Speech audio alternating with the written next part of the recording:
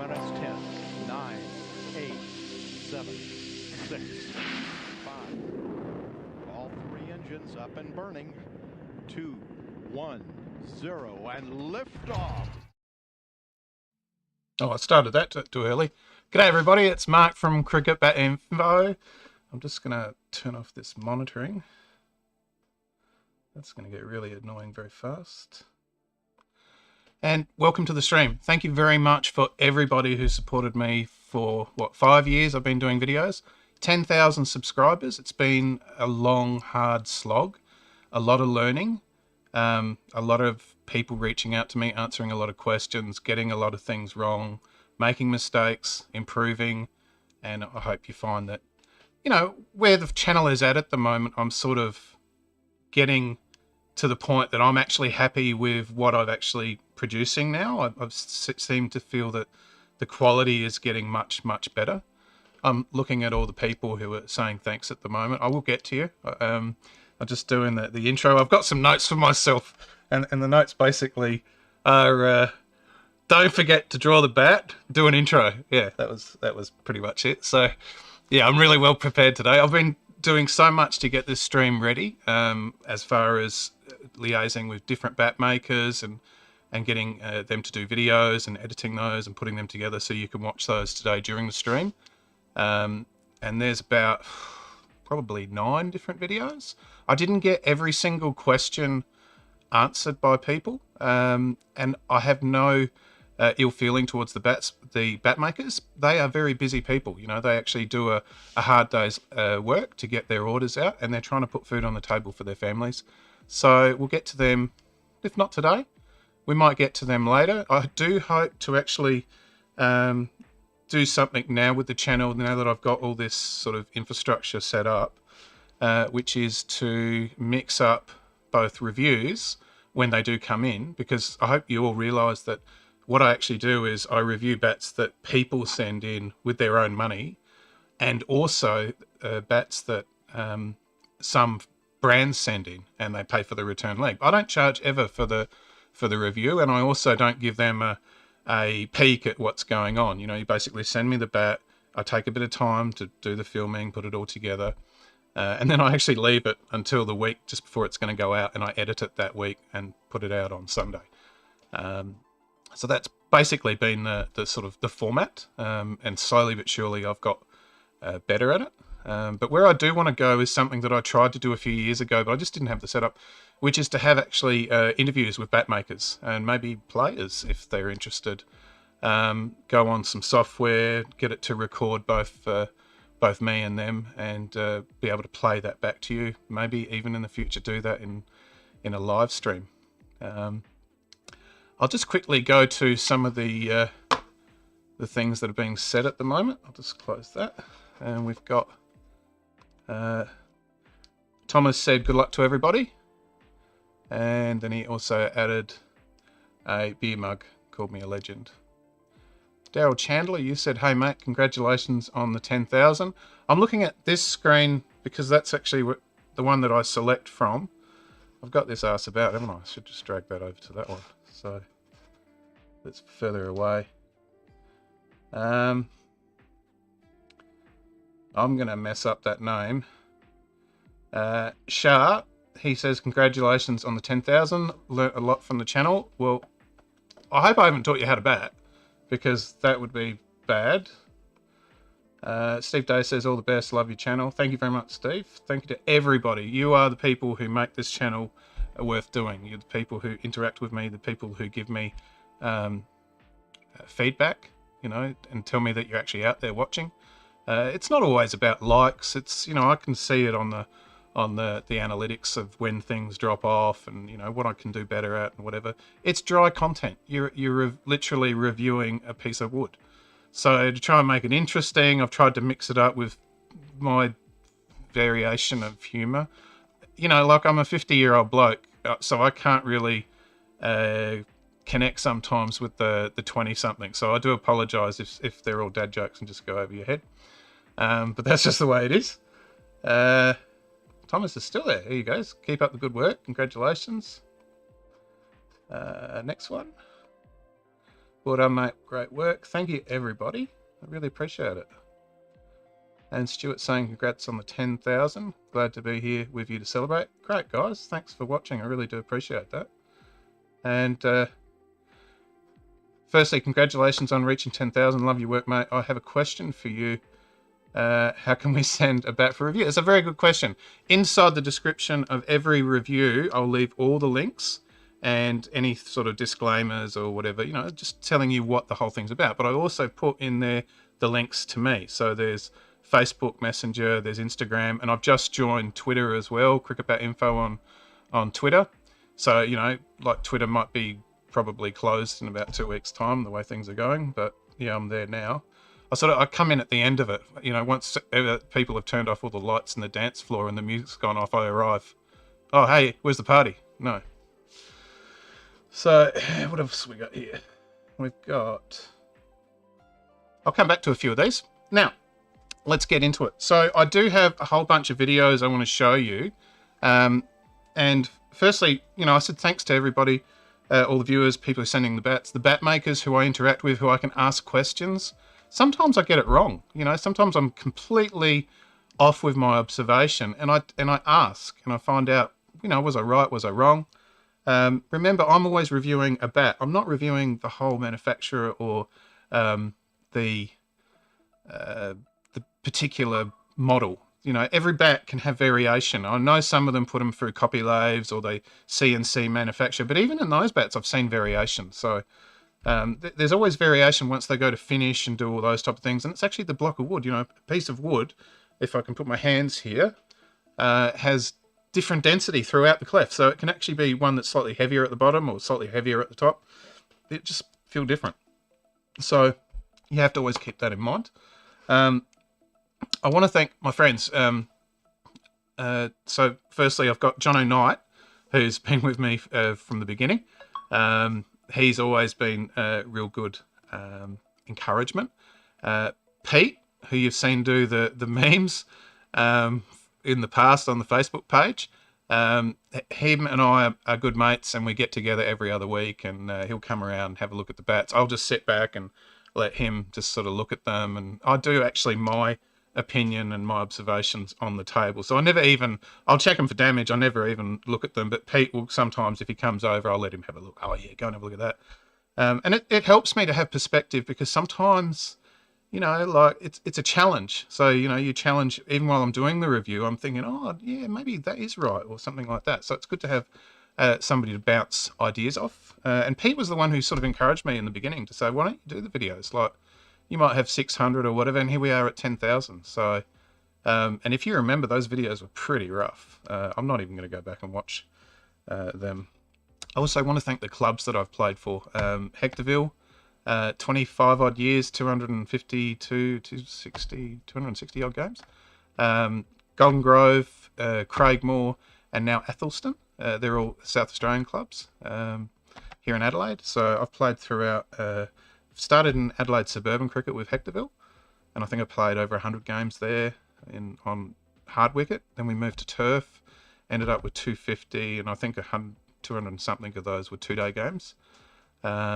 Here in Adelaide, you only get to play in a cricket season if you play 2-day cricket 11 matches or 12 matches. It's not like in the UK or in anywhere else where you're playing competition sports, but you're only playing on Saturdays. So a 2-day match is 2 Saturdays. You know, it's completely unheard of the amount of cricket that people are getting overseas. So, yeah, so I want to thank the clubs because it was, you know, all those years of playing cricket that kept me loving the game and thinking of ways to give back to it. And Cricket Bat Info is as much about me sort of being on a journey from being a player who loved buying bats, but I could never afford many. I've never been a collector, to starting to do a few repairs. And I did repairs and actually generated some money for the clubs that I played for. I sort of actually just kept my costs and gave back the rest of the money to the clubs. And then I got sick of doing repairs because some people are a-holes. And but I really love the bats, so I thought, well, you know, I like doing the photo albums and all that, so what could I do? So I actually just decided to just start doing just photo albums, and from photo albums on Facebook, it led to the video reviews. And I think the first video review I did was probably Pete's. No, I think it was Matt McCleary, who's a prominent, well, people would know him in Adelaide Turf. He's a prolific run scorer. He might be retired already, but I'll just take that one off. He's actually been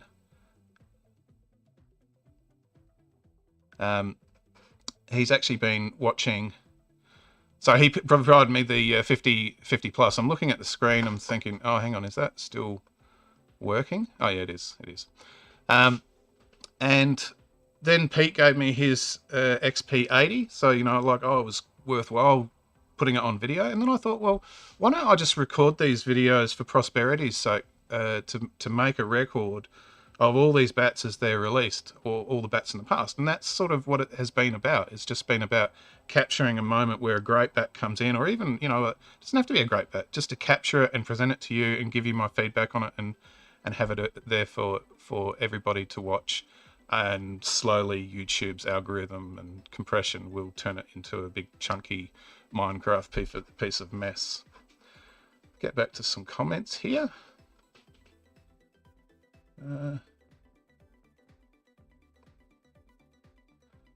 Here's a question. What is your favourite brand, if you can answer? Joy Face Tears of Joy. Now, Darren probably knows that I don't play favourites. But, you know, I have had bats that you know, like, I've been a regular player. So I started with, I think I had an Ishan when I first started. And I used a couple of Ishans that my dad bought me when he was playing over in Pakistan. They were really heavy, but I could drive the ball like anything. And then I moved on to a few Slassengers, Bradmans, and then I moved on to I had a Bradman Delta back, which was like a Slassenger V800 with the scoops, a little bit like that Leggies bat with the camel hump on the back. So I had that style of bat. I always liked the gimmicky bats. So then I had then I bought my Grey Nichols Ultimate, and I played with that for nearly 8 years. After that, I thought it was dead. I bought a Grey Nichols Mega Drive. That didn't work for me. It was like a scoop, but not. Then I bought a Fusion. That was terrible. So I went to that, and I actually broke in the last 2 weeks of its warranty period, and I got a full refund. So I invested that through my mate who was going over to England. He actually knew Tim Keeley at Newbury, him and his brother. So I hired a Nigel and Ian. They both used to play in John Newbury's workshop. Their dad was good friends who also played for the local club. I think it was Surrey. I think it was Surrey. And so I had it was a Newbury Uzi, but it was actually a full length bat. So I was told that it was a Donny, but whatever. It had Uzi stickers on it. I played with that for about 5 years. And then when that broke, I just started cycling bats. I had money, and, you know, the exchange rate was good. And I just went through this whole cycle of buying bats. And then I started reviewing, and it just went on from there. You know, would I say that I have a favourite? So as far as like reviews go, no, I don't actually have a favourite. Do I have favourite bat makers? Yeah, I do actually have favourite bat makers, and they're the best bat makers in the world. And I'm still discovering them. That's the thing, you know. So I have my bats right next to me. So and these are the only 2 bats that I own that I play with. You would have seen that bat many times before. If I switch that over, let's see if I can get my mug up. So that's the Ultimate. So that was the one I used to do the tap up with, and that one broke 5th game. Chased a cover drive, or my impression of a cover drive, and broke the toe. So I wasn't very happy with that aspect of it after I knocked it, but this is an absolute brilliant bat. The press on it, and the knocking's superb, I got to say, because I knocked it. And the bat that I'm using now, only because I found it through review, and it was really, really, great performance is the Rapak.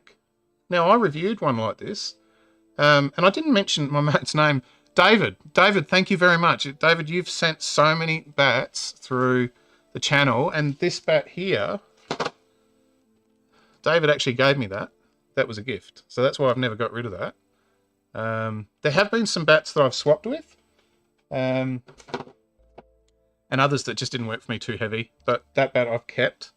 And this bat, he had one that I reviewed, and I liked it so much that I went and saved up money and bought my own. So I bought that probably the end of 2019, end of 2019, or yeah, I can't remember, end of 2020.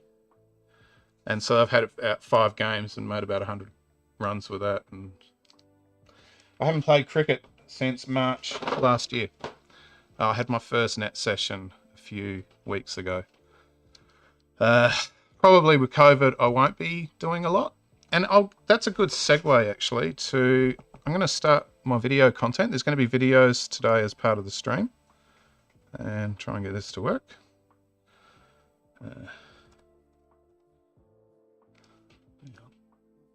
Get that off that.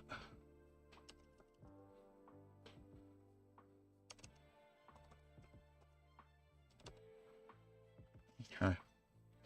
All right, I'm just going to put this on here.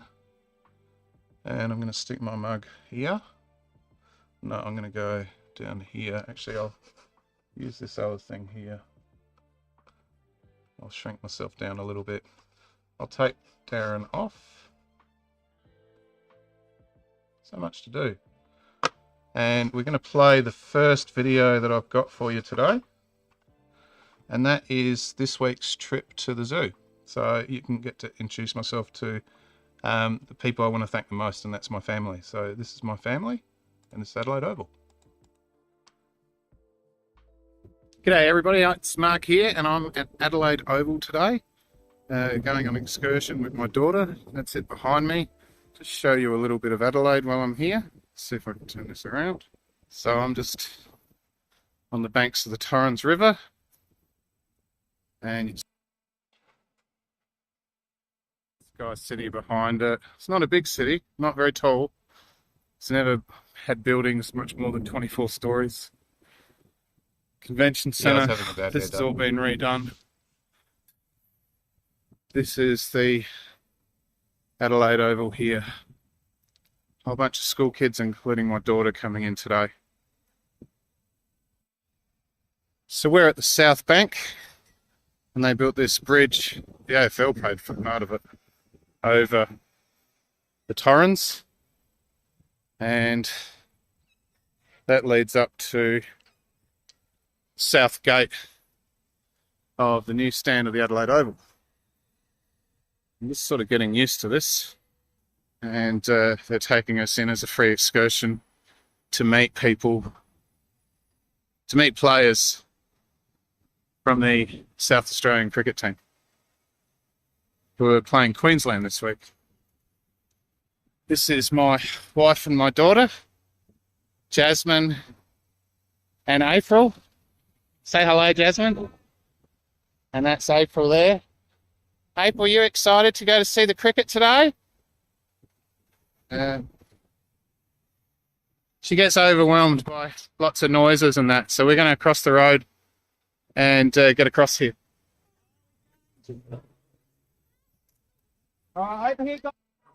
Okay, everybody, we're now at Adelaide Oval watching South Australia bowling, and this is going to be so fast I can't even see it through the camera. Let's see if I can zoom in a bit. Don't have a lot of zoom on this camera.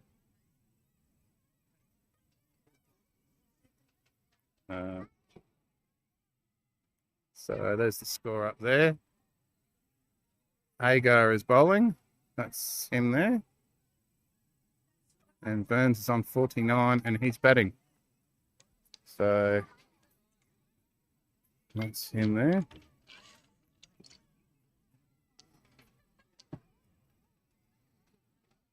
Here we go. Whoa.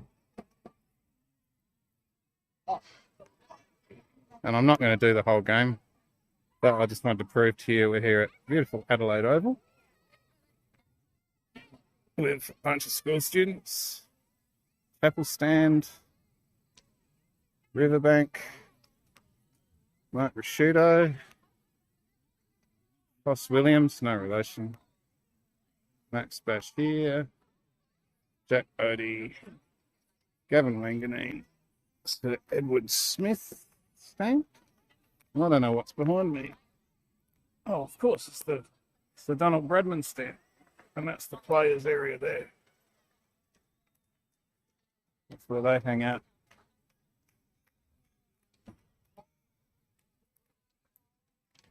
Oh, and Joe Burns just made his 50. That was the clapping. Yeah, I did that. I actually went to the cricket and filmed the actual thing and completely missed Joe Burns' 50 because I was heading the other way.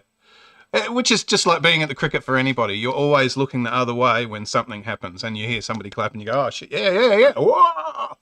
Yeah. So that's that. So yeah, that's my family. That's my wife, Jasmine, and that's my daughter, April. If you're familiar with the channel, you know the story, so I don't really need to get into it. My daughter does have an illness.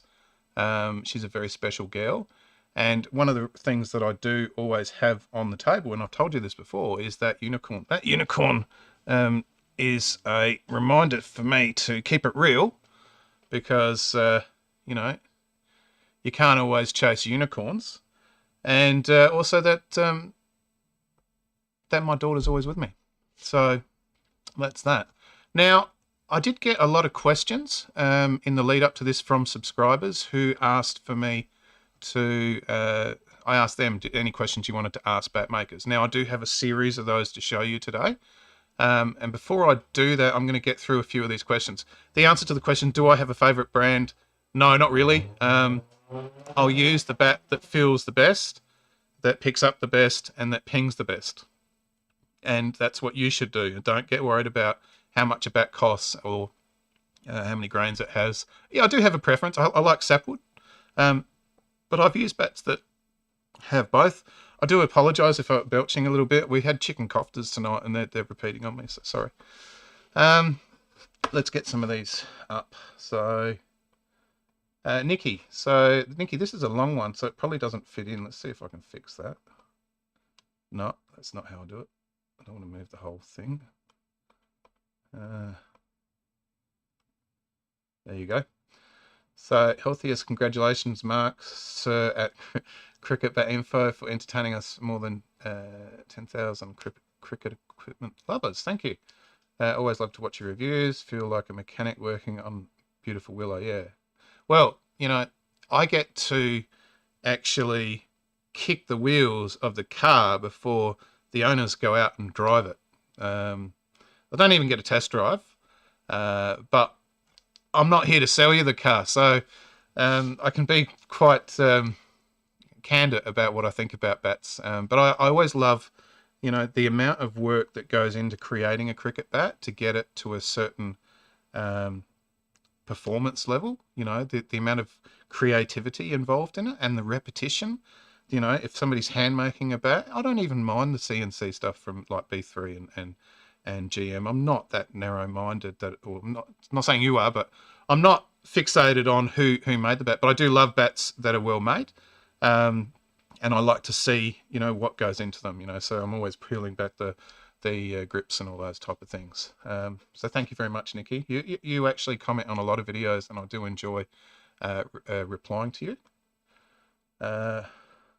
What do we got here? The question. Which ball do you reckon is friendliest to English willow, 2-piece or 4-piece? There's some myths in club cricket. I think the 2-piece is friendlier because it dies quicker. The 4-piece holds its shape a lot longer and is a lot harder generally.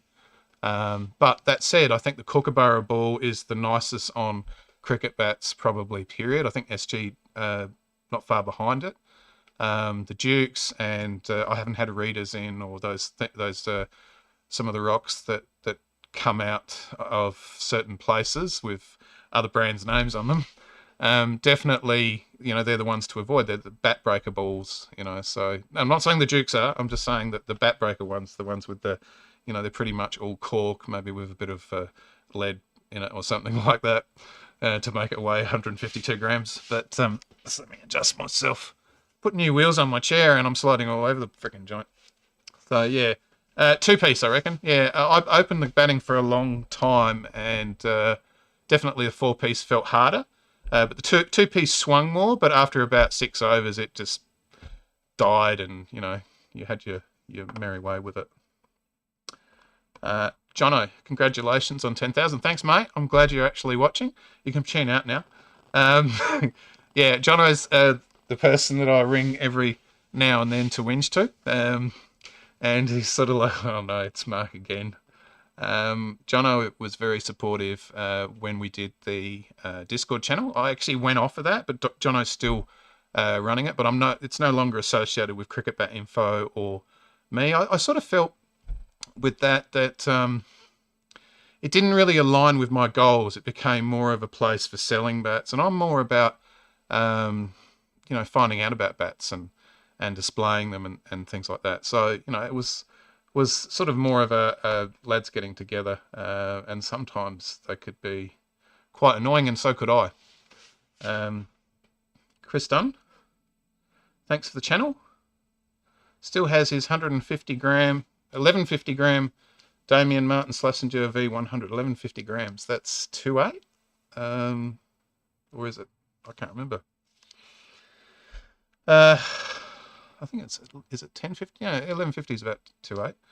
V100 Mardo spec. I've never seen that bat, and that is one thing that I do want to start getting into, is more bats from yesteryear, the ones that are, you know, like something special. And I do actually have something coming up which I've been wanting to show to you for ages. So that'll be coming up, but at one a week, and I do have those B3s still to come. You know, you're not going to see them till towards Christmas. So that's the way that is. Let's play another video. Now let's start doing some of these ones from bat makers, and I hope you enjoy these. I'd really thank the bat makers that I've reached out to, who have come back, or even if they haven't come back, they've been really good about it. I'll take the question off, so that's not there anymore. Now, if you're wondering, before I go to that, what the coffee thing is, I moved from Super Thanks and Super Chat and all that BS from YouTube to Coffee. You can go to that site and you can PayPal or whatever, and it goes straight to me. You can buy me a cup of coffee or a beer if you want to help the channel. The channel doesn't make a lot of money. It's made $4,000 in 5.5 years. So, and that, you know, with all the equipment got here, you've got to think that I've spent that over and over again. And yeah, I have done some knocking, and I can't do that anymore. I'm trying to put my time into the channel, producing better videos and better content, and moving away from doing, you know, knocking and things like that. You know, you can't burn a candle from both ends. So that's that. Anyway, I thank the people who I reached out to. Now, we didn't get all the answers back, and I don't have any particular order that I'm going to play these in. And it looks like I can't get this to switch over. So we will start with, oh, that's been, yeah, okay. Okay, we'll start with this one here. So we're going to switch over, and here we go. Mark on 10,000. Another YouTube game is an interesting one. So thanks for uploading videos and keeping everyone up to date with what's latest in all the cricket bats, and actually reviewing what is good. I think that's really important with bats. There's no like overarching anything. It's just about the bat itself. And Mark, you do a great job of that. So congrats on 10K, and thanks for sending me through the question. So the question is, how long does it qualify to become a pod shaver? And I'm going to rethink that sort of. What does it take to become a good bat maker? I think that's what it is. There's no qualification course or anything like that that sort of makes you into a pod shaver, or another word for pod shaver is bat maker. So I think what makes a good bat maker is the ability to, and the understanding of how to turn one of these clefs into something that one performs well and works for a certain individual. So it's very well and good to be able to shape, and I think you can still use the term bat maker for people who shape bats. Technically, bat shaper, bat maker, doesn't really matter. So as long as you're able to turn a piece of wood into something that someone can use successfully, I feel like that's what is going to qualify you as a good bat maker. It can be quite technical through the pressing, through the handle stages, through the shaping. You have to understand what your client needs and sort of work from there. But yeah, that's how I see it. I know some people don't like calling someone a bat maker if they don't make them from scratch. We do make them from scratch. A lot of other people do. We also make bats from part mates, and we have since I started making bats. So I think it's just about working with a client and being able to make them a cricket bat that actually works for them, and that's sort of the key. So, yep, thanks, Mark, for the question.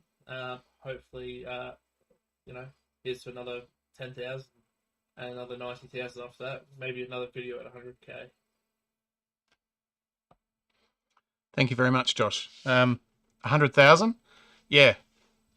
It's been a lot of work getting to 10. So, yeah, I don't know if I'll be alive by the time this channel reaches 100, but who knows. Josh is actually one of the earliest bat makers that I got in contact with. Him and Lucky Dinger at Kookaburra, I actually reached out to when I was actually doing repairs. So they were actually really helpful. And, if you are wanting to learn bat making, then a lot of bat makers are approachable. Some are very, like they want to keep their cards close to their chest or not give you their contacts or things like that, and that's fair. But the actual skill and, how do you do this or how do you do that, they'll all share mostly. So, that's one thing about the community. And, I generally say as far as, if you can do a basic repair yourself and save money and look after your bat, then do that. And that's, I've got all those videos up there about repairs and things like that. But if you're out of your depth, take it to a bat maker, a proper repairer, and get it fixed properly. Those bats are expensive, and, getting them fixed is, rather than buying a completely new one, which subsequently is the choice if you like buying new bats. But, yeah, keep your bat going. The only thing I find is with handles, sometimes that can be a little bit hit or miss. It can change the balance and the feel of the bat, and yeah. But yeah, general repairs definitely. And thank you very much, Josh, for that. We'll do another one, I reckon. I want to show you this content that has come through. So let's get another one up. And there's going to be some surprises here about who actually came through. And look, they've just been very busy, and time differences and things like that. I'm going to play these in random order. I didn't get every question answered, but I do want to get through this. So we'll go into another one.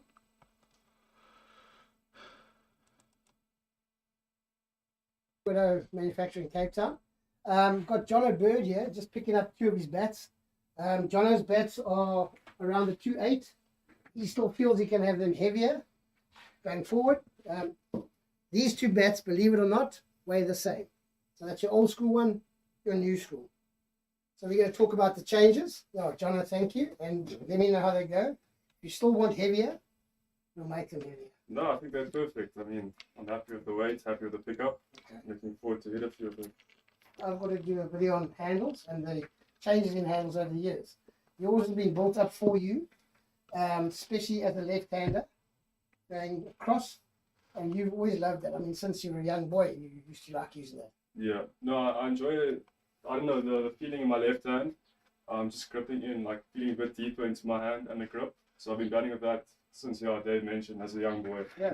I mean, Gavin Gilchrist at World Cup put a Scotch ball in his bottom hand. It's a similar sort of thing. Just to keep it in a nice snug position. And when you're coming through, it comes through a bit straight. Thanks, Jono. And go and have fun. Thank you very much. I'll chat to you soon. So just a quick one. That's our sort of retro look, which we're trying. We'll see if that takes off. We're talking about hand. It is very important that people understand more about their bats. For a company like ourselves that make all our own handles as well, it is important for us for people to know the differences. Here's an old bat. You see it says their treble spring handle. Okay. What a lot of people don't realize is a treble spring handle actually had 3 springs in it. Okay, and these are inserts. That's the rubber insert. That's a more modern cork rubber insert the guys are using.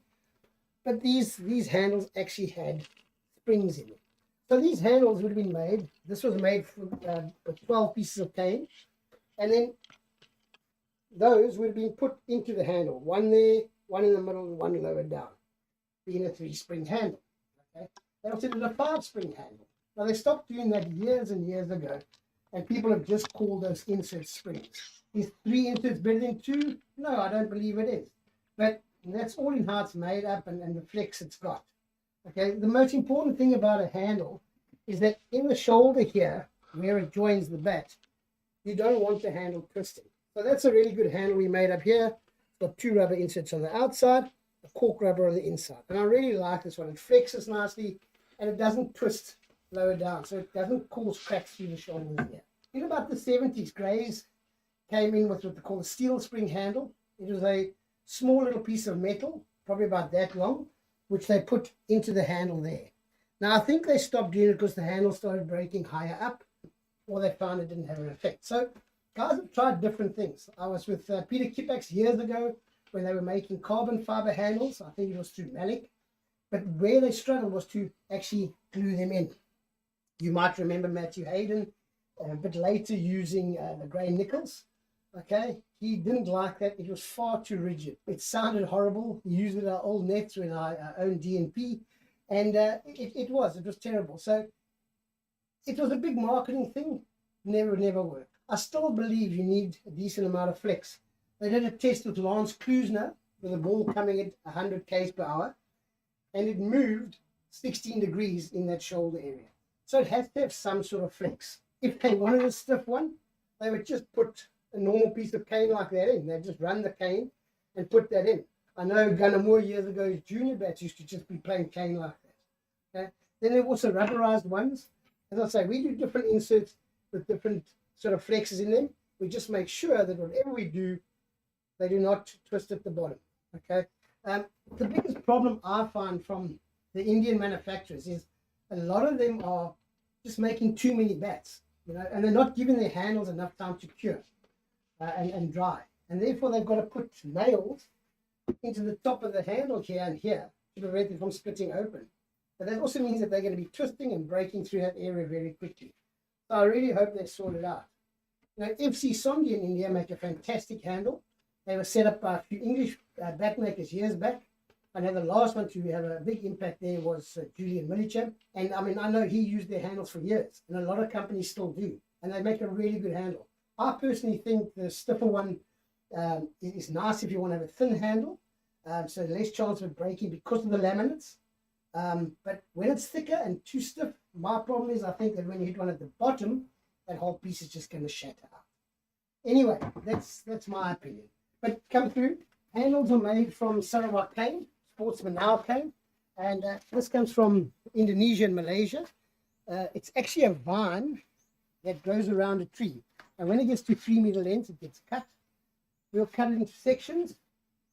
We'll weigh these, okay? And then the lighter ones we'll use for inserts for the hands, and the heavier ones the outside. This here is bamboo. You can see how stiff that is. I'm really, you know, so if guys really want a stiff handle, use bamboo.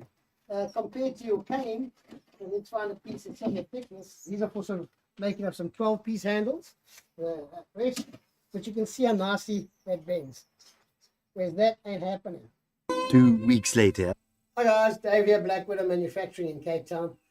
Okay, so, you know, a lot of people have asked me why bats aren't lasting. You know, it's not that the timbers got worse. I mean, the drying processes from JS Wrights got better over the years, so the control is better. It's mainly to do with the pressing of the bat, the profiles they're making, and the poor quality handles these guys are putting in. Just for example, there's a beautiful old SS Jumbo. Okay, this belonged to young Bossy Clark, and you can see the height here. Okay, it's not that high, all right. But this old piece of wood was pressed hard all the way through. You can see after all the wear and tear and breakages and whatever, very little damage has been done up here. Okay, this is the old school handle. It had rubber in the middle and 2 cork rubbers either side. Cane was good. And you can see here, it's got a slight little crack along the side there. You know, yeah, as I said before, quite low. Okay, and if you compare that to what Julian Millichap and the guys did in the early 90s, you can see he had a lot more wood higher up here. Even though the edges were really thin, these blades were pressed really hard, and the old school round roller on that one. But now you take the modern bat. So we go from this low old jumbo, okay, as I said, to these more modern bats, which you're all going crazy about, which are so overrated. Look at that, guys. What's that, 1.5 centimeters less wood up here? The other problem is these guys will make a bat up and with the handle in and then only compress it. So when they compress it, it's compressed harder through the middle, which is fantastic because that's where you hit most of your balls. But there's next to no pressure lower down and definitely no pressure up here. You can see by the ball marks up here, no pressure has been put on here. The other problem is, I believe the guys, as I've said before, they're making up handles too quickly, so they're making too many bats. They're not getting the time to dry. So what do? They put nails in these things, that side and that side, to keep his handle from splitting apart. You know, and also the problem is the movement in here is ridiculous. When I've got to rehandle in poor quality handles, that the breakages start at the unpressed wood right across there. And what's going to happen is, as I splice that, these pieces are going to pop out. Okay, I'm going to put some tape on that before I splice it, and I'll show you exactly what happens.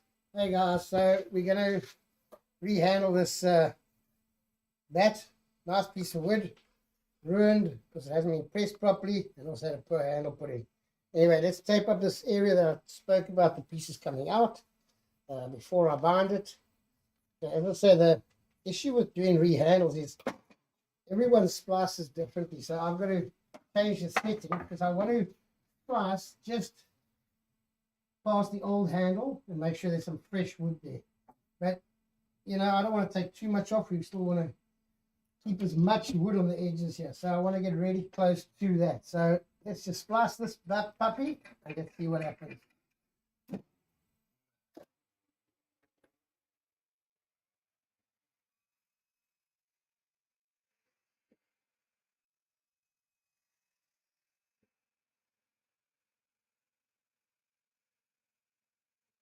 You can see how weak that is there. That's the V we're talking about. I mean, it's so brittle. Hasn't dried properly.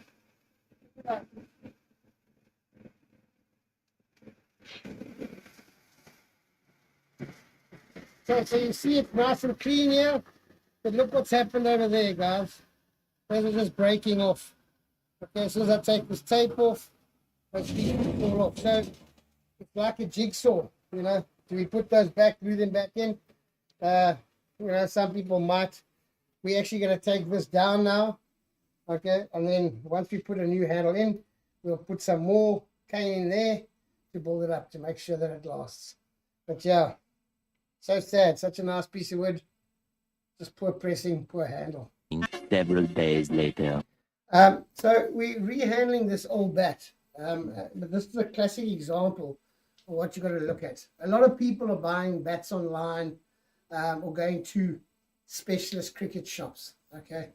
But very important, when you go pick out your bat, there's different ways to do it, but please look down the middle, make sure that handle's nice and straight, okay? Make sure, please, guys, that is straight. If it's not straight, you really can't play cricket properly.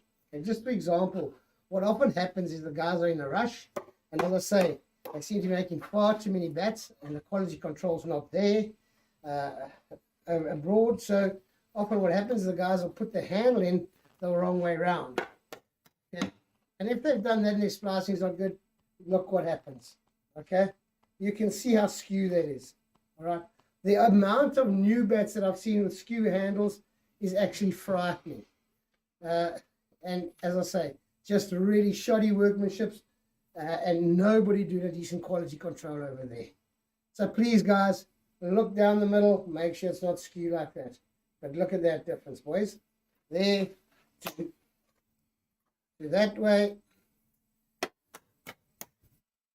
it's suddenly straight. Okay, so guys, please do me a favor, pick the right place to choose a bat. Cheers. Thank you so much, David. You can tell his thing says grumpy on his first shirt, and he's very passionate about it.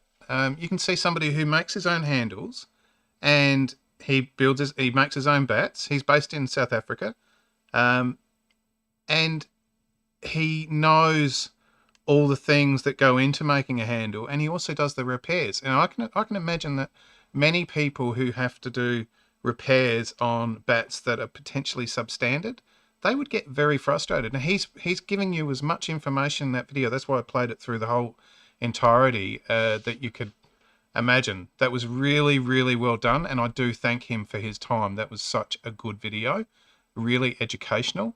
Don't take all the, if you think there's any political messages in there, I don't think there are. He's just talking about the bats, and he's saying straight out, they're rushing, and the handles aren't curing, and therefore they're putting nails in them, and therefore they fail. And that's the simple thing of it. So, you know, if that's, you know, your favorite brand, and it fails, you have a reason why. And it may not be the difference between the top of the range or the bottom of the range. So you don't know. Every bat can have a fault in it, and most warranties will cover it. Well, the thing you have to be careful with, particularly if you're buying online, is, and I've said it before, what sort of a warranty are you going to get? So, you know, when you buy from shops or you buy from the manufacturers directly, hopefully they'll give you a good warranty and look after you as a customer, because they want you to repeat business. These days, it's very cutthroat. You've got so many people out there claiming to have a you know, Sylvester Stallone original or whatever player profile you can imagine, trying to get your cash, and they're cutting corners, and they're cutting their prices so far down. You know, how can they support that warranty? So you just have to be careful. So that's the only message. But I really thank David for putting the time in. He reached out to the channel many months ago, and he's been just, you know, a fan of the channel, and he's just been chatting to me, and it's been really good to have a bat maker. And there have been a few who I can contact, who actually reach out and say, you know, really enjoy what you're doing, try and get the, you know, the honesty out. I don't see that as being having one, you know, all bats from this area are bad. I don't think he's saying that. I think he's saying, when you manufacture it this way, this is what happens. You know, these steps lead to this result. So that was really good. I hope you enjoyed that. I'll just get back to a few things I've got coming through here. So, and look, this is going to be a long live stream. I do apologize if you got to go. I'll put the whole thing up and you can read it and read the live chat and whatever else. So, but I've got heaps and heaps there. I've just seen this come up, and I'm going to single it out. My Cricket Gear, thank you very much. My Cricket Gear and I did a collaboration. We did the bats from Williams & Co. Lucas Williams, when he was just starting out. His manufacturing has improved leaps and bounds since then.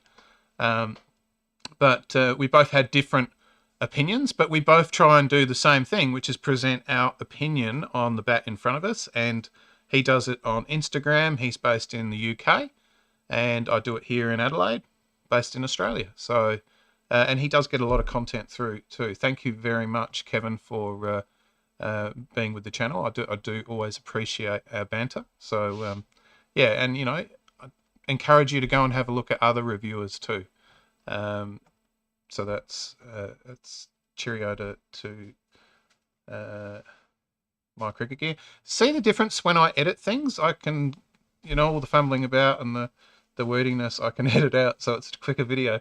I can't get through all of these. Chris Dunn says thanks. Medical Science says hi, Cricket Bat Info. According to experience, which brand makes the best T20 bats in the world? Yeah, you know, like, I don't think there's a brand in particular. I think, you know, if you really want to take it back, then you go back to who actually sort of started those sort of trends. And you know, some of the original ones were made by Keeley, and then Mongoose came in, and there's a question there about Mongoose as well. So that, you know, those short blade, longer handle setups that give you more bat speed because the weight is further away from the hands. You've got that bigger lever to sort of wield it with. Those sort of bats generally tend to be more suitable for the short form. You know, I went to watch Sheffield Shield on Tuesday, and an over was probably 3 balls above waist height. And, you know, if you've got one of those bats and you can't play a short ball, which most modern cricketers unfortunately can't because they don't get their head inside the line of the ball, they stand there with their helmet thinking it's going to be the be-all, end-all. So, yeah, I don't have an opinion on that. I think you'll make runs with any bat that feels right in your hands. So, you know, if it's a well-made bat and it's built to last, then go for it. I wouldn't, you know, if you're playing a lot of T20, I actually wouldn't go and buy an expensive bat. I would go in the sort of grade 2, grade 3 range, get something with a decent thick toe and lots of meat throughout the hitting area, because you're just going to be swinging, you know, you'll swing harder than a Hugh Hefner. No, that's not right. But anyway, you get what I'm getting at there is you really want something that's got wood all over it, because you're never going to hit the middle if you're not a good player. So, yeah. Don't get all sort of worked up about who makes this and who makes that. Understand that the bat makers who are the richest are sponsoring the most players. So you see them using those bats on TV because they've got more money to sponsor them. There are bats that are actually made by people who can't afford sponsorship to sponsor players who are making decent bats out there. You know, so your local bat maker might make a bat that's twice the value and twice the performance, which I doubt, but you know, as good as your $1,000 bat. No joke, and he'll charge you $600 for it, and he'll, you know, throw in a repair or something later on. So, yeah, I don't even buy into that. So that goes back to what brand do I support? I don't care. Somebody else asked if I could buy. Let me get this. So thoughts on Mongoose? I sort of covered that. The really long handle, and I did that review of the what was it? Puma, the one with the carbon handle. If you go back and watch that, I talked a little bit about different things, technologies as far as handles. Now, what was with the Mongoose is what they actually did. So let's say in here is your splice. So as David just showed you, your splice is there. What they actually did was they just brought the shoulders down so that this area here formed part of the handle, but you were only ever sort of playing from your normal stance. It's just that was, you know, covered by a grip rather than a sticker. So there wasn't anything majorly great about it. You can see drop shoulders. Newbury did drop shoulders. There's been bats for years and years that have had things like that. So what else have we got here?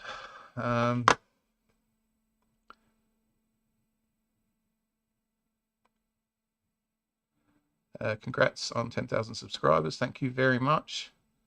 I'll get through a few of these and do more video. Congratulations. I would like to know which bat you would choose between GM Grey Nichols. And I sort of, yeah, okay. So I've had Grey Nichols and I've had GMs. You know, I won from my cricket gear that GM Stokes, and that was, I described that recently in another review, the Formula One of cricket bats. You know, it's so much taken out of the toe and so much taken out of the shoulders. I wouldn't personally like to use it, but their normal models are pretty good. The only thing I've found is, for me personally, I don't like the handles. I feel like they take a little bit ages to break in, but they generally last. So, but I'm not patient because, you know, I'm rotating through bats all the time. I like a little bit of whip. So I actually prefer the Grey Nichols handles, particularly the Australian ones. There's a little bit more whip in the handle. So, you know, it just feels softer in the shot initially, where a GM can feel a bit harder for a while. So that's my personal choice. But, you know, I know a guy at our club, he makes 50s every other week, and he's just like GM, GM, GM. He even bought, because I donated it to the club, and they raffled it, that JP Gavin Secret Willow bat. He bought that and doesn't use it. So he still uses his old GM. So everybody's got a preference. Harry Mann, you say, congratulations, confetti ball clapping hands bouquet. Thank you very much. Dimitas? That was your video that we just put up. So thank you very much. And I think you've got another one coming up. So you actually got 2 of your questions answered. Darren Chandler, that was really good. Love people who love cricket. Yeah, I do too. Just started watching. Love the South African maker's passion and hearing from his experience. That was a really good video. And I'm going to, with a lot of these videos, I'm going to turn them into little shorts or whatever, Instagram, whatever's, and put them up later on. So I'll convert them over with the cricket bat info thing to try and help players.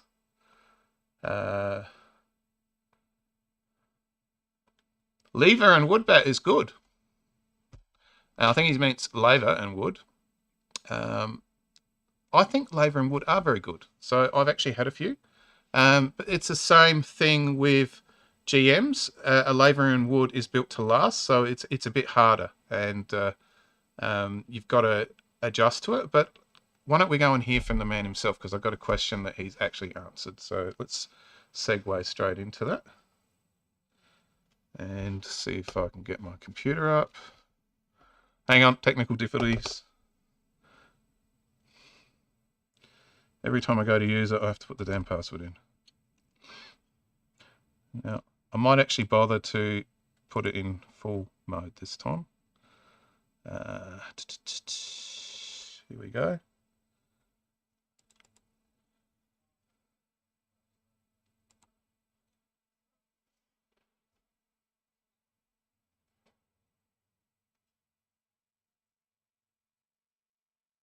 Can you hear that?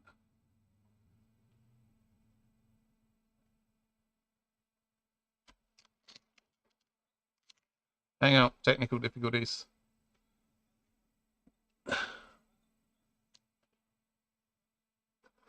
I'm going to stop that. I don't know what's happened. All of a sudden, this has started to misbehave. That was not coming through. There was no sound, so just going to fix it up.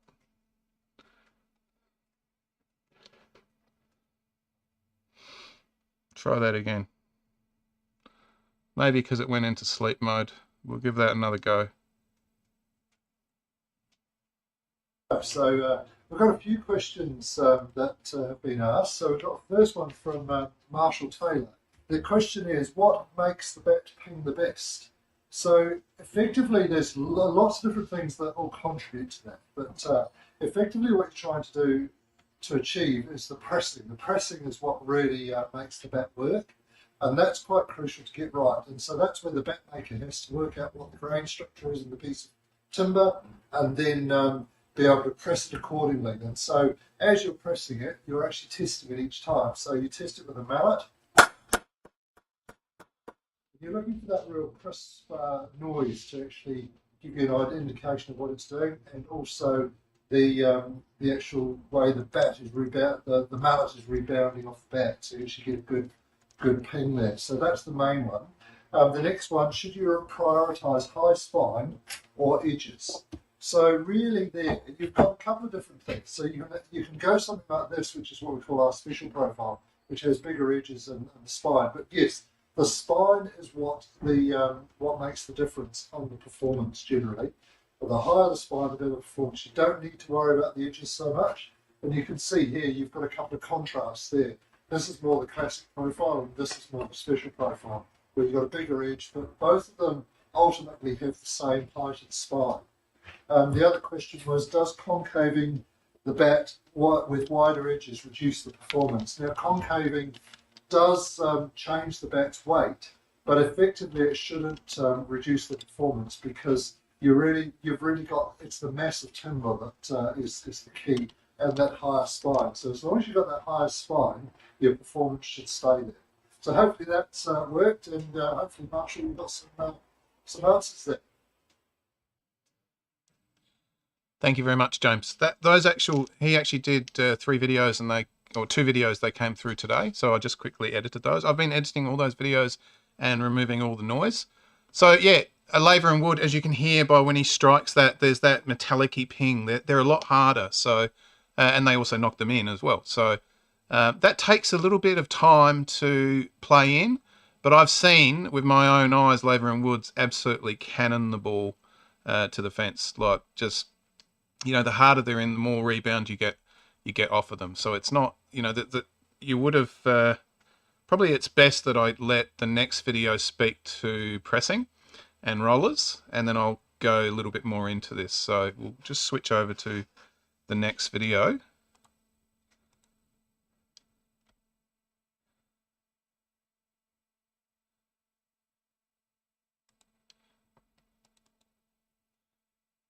Widow, the question was flat roller or round roller?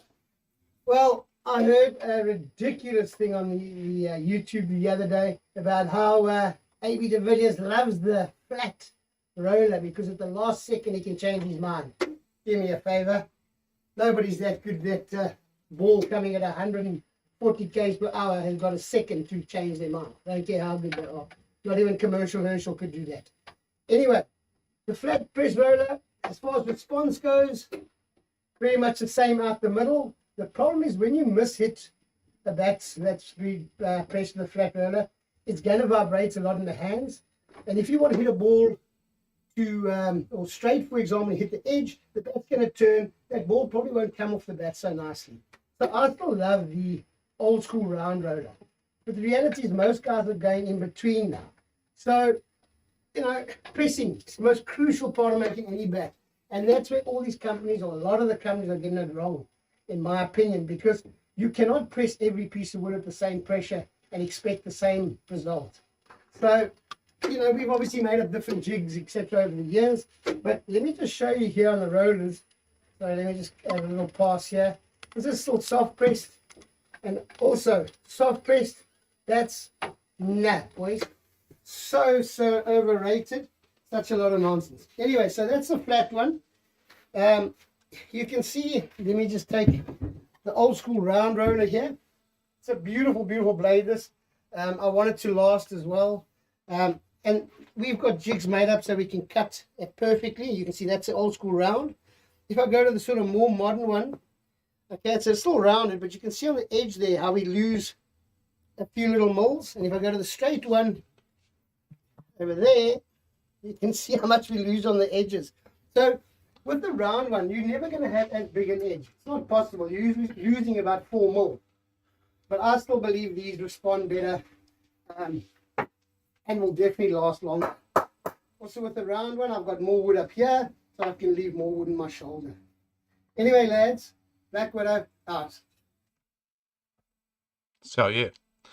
So I guess what you really need to think about there with pressing is, are you pressing to try and make a bigger bat, so that decompression isn't as deep? Now, I've had different players who've used, you know, I'm not focusing on particular brands or anything like that. I've had players who've used a particular bat like the SS Gladiator, 2,000 runs, no problem at a really high level of cricket, so not an issue. So, and I think that's as much to do with the skill of the player too. But definitely, I think a traditionally pressed bat is going to last you a bit longer. And I do actually agree, since I switched between the two, this is a flat face here. So you can see that's really flat. And I find that when I hit off center, which is every third ball, that it's not as forgiving as the round face. The round face, the deflection just seems to have a bit more sweetness through the middle. And that one's a really nice bat. Both of them are guns, I've got to say. easily as good as any of those mega player bats I've had through, and a third of the cost. So, you know, and there's many bat makers who can do that. Let's go to some of the questions. So, Panara says Kookaburra Kahuna is the best. Kookaburra Kahuna is a model that's been running for years and years and years. Ricky Ponting used it, and then it's just been sort of slightly modified, or as the stickers changed each year, but the basic profile, the shape has always been pretty much the same. It's a bat with concaving, as all kookaburras have, so they've got that nice balance about them. They've also got the bigger edges. They can sort of vary between some of them, but yeah, it's a nice bat. So yeah, I have knocked the Kookaburra Kahuna, and they pick up nice. So if that feels nice in your hand, you're going to make runs with it. What do we got here? Next one. Do you think the bat gauge? Do you think the bat gauge to keep them a certain size is a good idea? No, I don't. This is the bat gauge. Yeah, I wish. Look, there was no other way to police it. So I think it's 69 millimeters to the top, because they leave an extra. Was it 68 to the top, because they leave an extra millimeter for tapes, and then a millimeter each side for tapes as well. So there's got that extra sort of in there. So the professional players have to be able to get their bats through the gauge. Oh shoot, this one's illegal. And this one's only illegal because it's got a flat face. That's actually sacrificing that depth on the spine, and not putting it into a rounder face. So yeah, I personally wish they didn't put the camber profile into the gauge, and just had a gauge which was sort of that part there, and just sort of ended with a little notch on both sides, so that you could still have flat faces or whatever, or I don't know. It's a difficult one. So maybe if it was a gauge that as you pushed through, if it was a flat face, it raised the spine to compensate, you know, like you get one of those things for woodworking. But yeah, I think this gauge has sort of made some of those really big, nice profiles that we used to sort of be in awe of, with their huge spines, a thing of the past, huge spines and flat faces, gone. It's because the maximum you can get with a 5mm camber is a 63mm spine with that. Whereas if you go for a round face, you're going to get a 68. So, and then you can't go for a truly round face, because then you're going to sacrifice your edges. So, yeah, you know, I put my Rob Pack through that, where he really rolls those edges, and look how much I'm sacrificing at the edge there. So yeah, but you know, when I get that up to the top, sacrificing about that much at the top, but it's still as much to do with the pressing as anything. But yeah, Laver definitely says spine, and I tend to agree. I think if you can hit the middle of the bat, you're going to get more value for your shots. It's just simple as that. If you're going to, you know, getting a 50mm edge, and most of those big 50mm edge bats, unless they're a scoop, which is totally, you know, the other end of it, they were just really based on how good the pressing was, and how good the handles were at that stage. So yeah, let's keep going. What can I get out of this? How do I soften my bat handle? Played a few games, still quite hard. Yeah, that's playing in a bat, unfortunately. There was a video that's, I think it's still in the Rob Pack playlist on my channel. It's actually Rob Pack giving a lecture to some school students. And he actually stands on, he basically wedges the bat on the edge of his thing, and he stands right there. And he says, look, if the bat's going to fail in my workshop, I can fix it. I'd rather it fail in the workshop than fail out there. But yeah, if you basically put another bat about there and sort of stand on the handle, you saw how in that video about handles, how the the bamboo is very flexible. So the cane is very flexible. So you should be able to, it's just basically breaking those bonds between the inserts and sort of getting that. I mean, obviously, if you like a really whippy handle, go and buy a CA or something like that with 5 inserts in it. You know, those handles, they might go wobbly and turn into jelly in a couple of years, but they'll definitely perform a lot quicker. And I had a 1500 player edition CA, and it's still going at the club. It's a gun of a bat, so you know I've got nothing against those bats. Yeah, somebody said. So there was a lot of comments about the sound, and then I fixed it.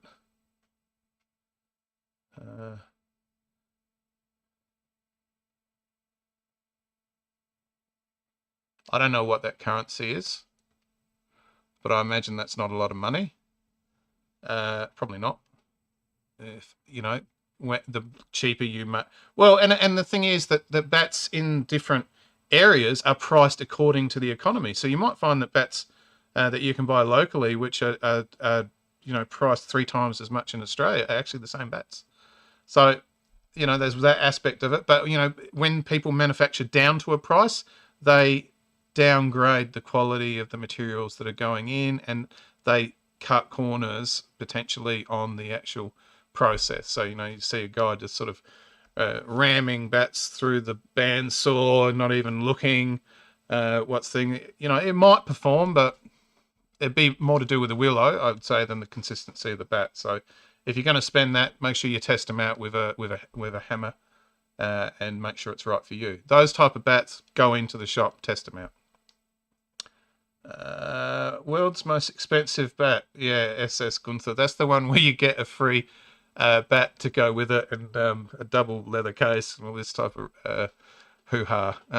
There was a bat before that. There was the was it the Newbury Centos or something like that, which was a bunch of investors, and it was £1,000 or £1,500 back in the day.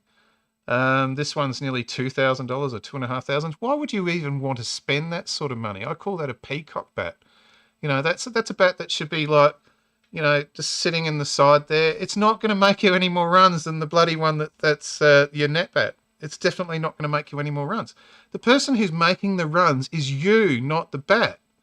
You know, actually go out and train and get coaching and do all those type of things rather than spend your money on the world's most expensive bat, is my opinion. And I've said that before. Congratulations on 10,000K. Thank you. I think he might be talking. Oh, grams. Okay. My apologies. So 1,000. Yeah, okay. You're right. You're right. So let's rephrase that. So it's not about the price. We're talking about the weight. So grams. So 1,000 grams would be 2.4 ounces, 2 pounds 4 ounces, or something like that, or 2 pounds 6. So the thing with physics is, you know, the weight and the speed of the bat on contact are actually what, you know, create the acceleration of the ball, or whatever it is. I think it's mass times velocity squared or something like that is the formula for power. So you can have a lighter bat and you can swing it harder and still potentially reach the same amount of power as you hit it, assuming the press is the same on the bats and the handle's the same and all that. But you can get a heavier bat and swing it with less energy, a slower speed, and create exactly the same power as the lighter bat. So the heavier bat wins, but you may not be able to wield it. So in that case, you know, maybe for an up-and-coming player, a junior, something like that, that would be good. It's a good segue, actually, into what bats sponsored players use. Let's play that video. So, and this is a good one for the one on Kookaburra Kahuna. There's a bit of a hint there. This one's coming at you in a second when I fix the Microsoft Surface that seems to want to turn itself off constantly. Boy. Okay.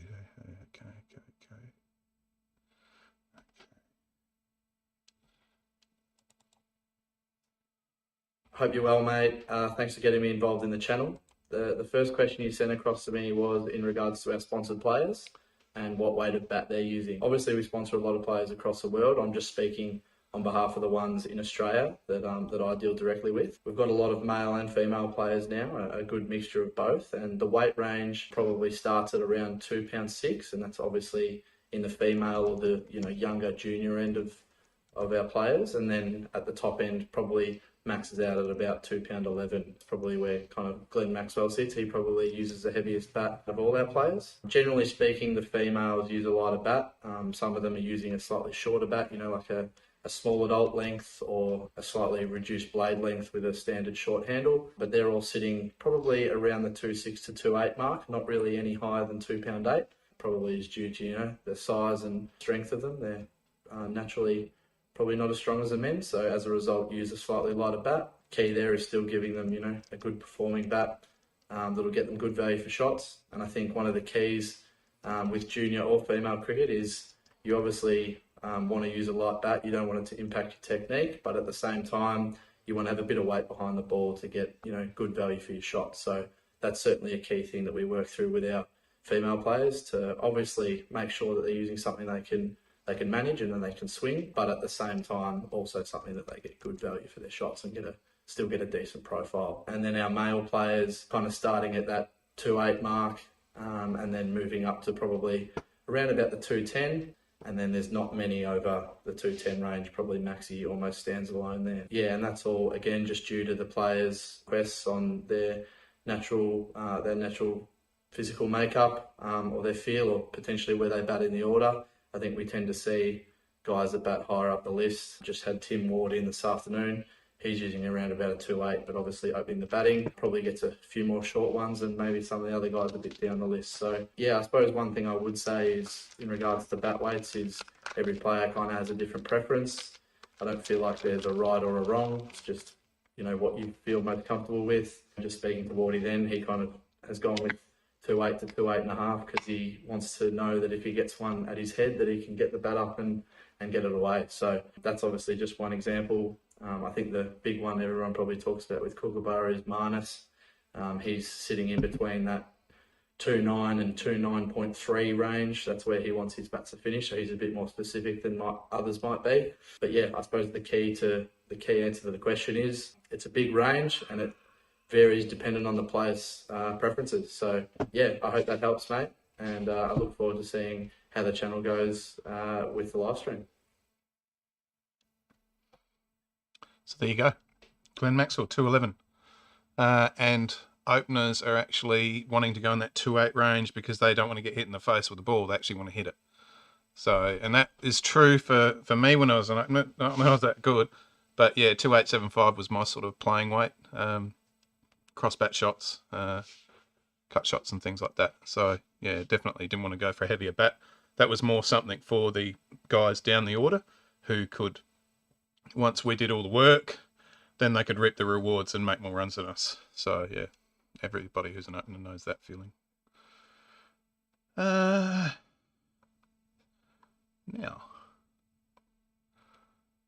Adrian, congratulations on 10,000. Thank you very much, Adrian. Adrian's actually supplied a few bats to the channel. Sorry, this chair's getting really uncomfortable.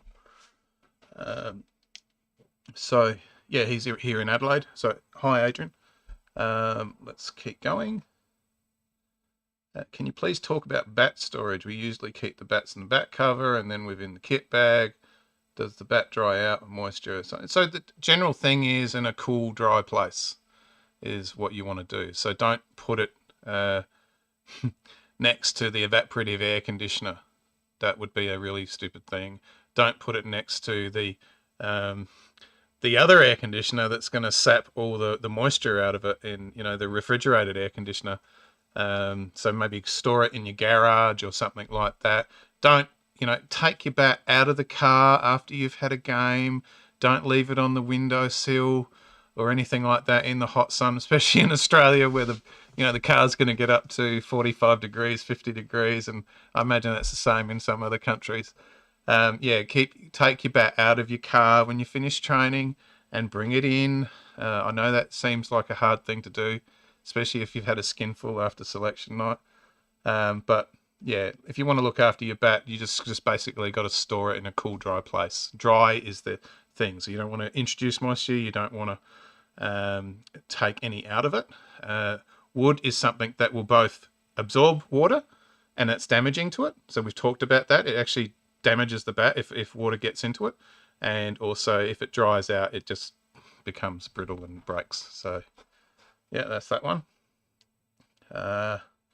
Especially off season. Yep, especially off season. I keep mine in a cupboard here. I used to keep them inside the house, but because we had the the refrigerated heater going all the time, it would actually dry the house out. You get a lot of static in the carpet, so I actually keep it in the shed here. And unless it's a monsoon like last week and the whole garage floods, then it should be fine.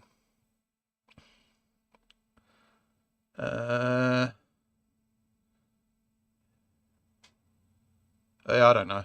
Yeah, I think I did an SKY. Oh, there's a review on one, a Sky. So you can go and have a look at that. It's a replica, obviously, but yeah. Look, player bats are their preference. That's what they're going to play with. Does it mean that that's going to be the best bat for you? Not necessarily.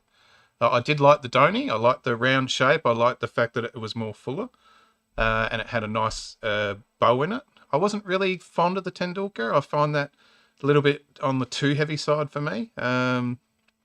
So it's a nice bat, but it just doesn't do it for me. It's lower, and Tendulkar was, look at him bat. He was always hitting beautifully down low, and it just suits. It depends on the player. It depends on the conditions. So yeah, it's a preference thing. Like to me, as much as the player bats come in and I review them, they're not something that necessarily appeals to me.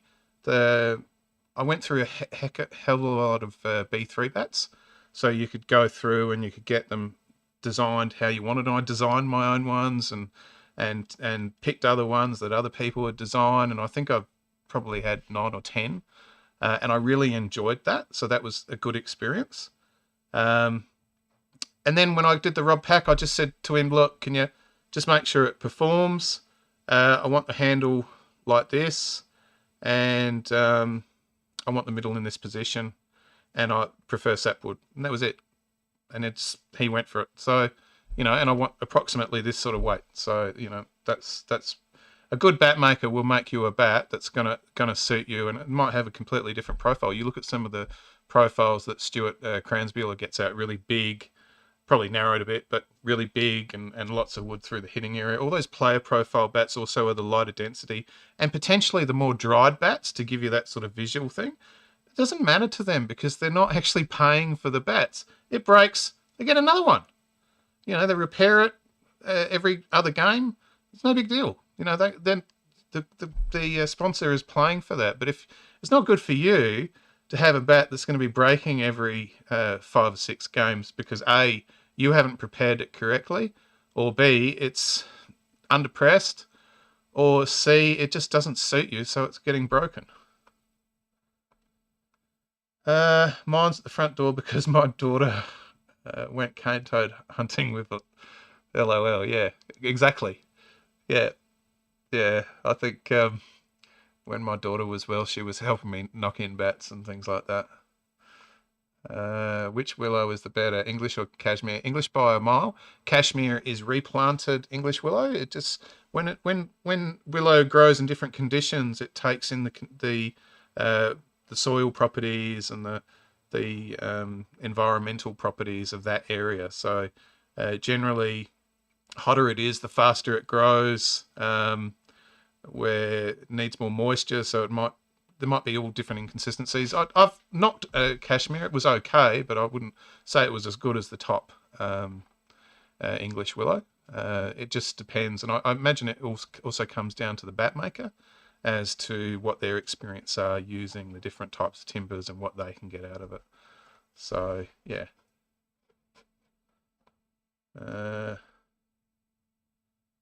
Sky, the way he's clearing the ropes seems to be springs in his bats, lower, middle, mostly. Yeah, it probably suits his thing, but don't forget these guys have immaculate timing. So most of your top flight professional batsmen could be absolute gems in any sport they went into. They wanted to play soccer in the World Cup, they could do that. If they, you know, wanted to play rugby, they'd probably be great at that too. So there's just a X factor about them. So we got to the bottom of the questions. Let's play a video. Oh shit, it's not dead again.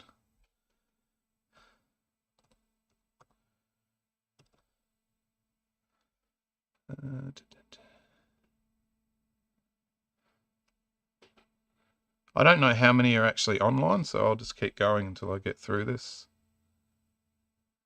No way.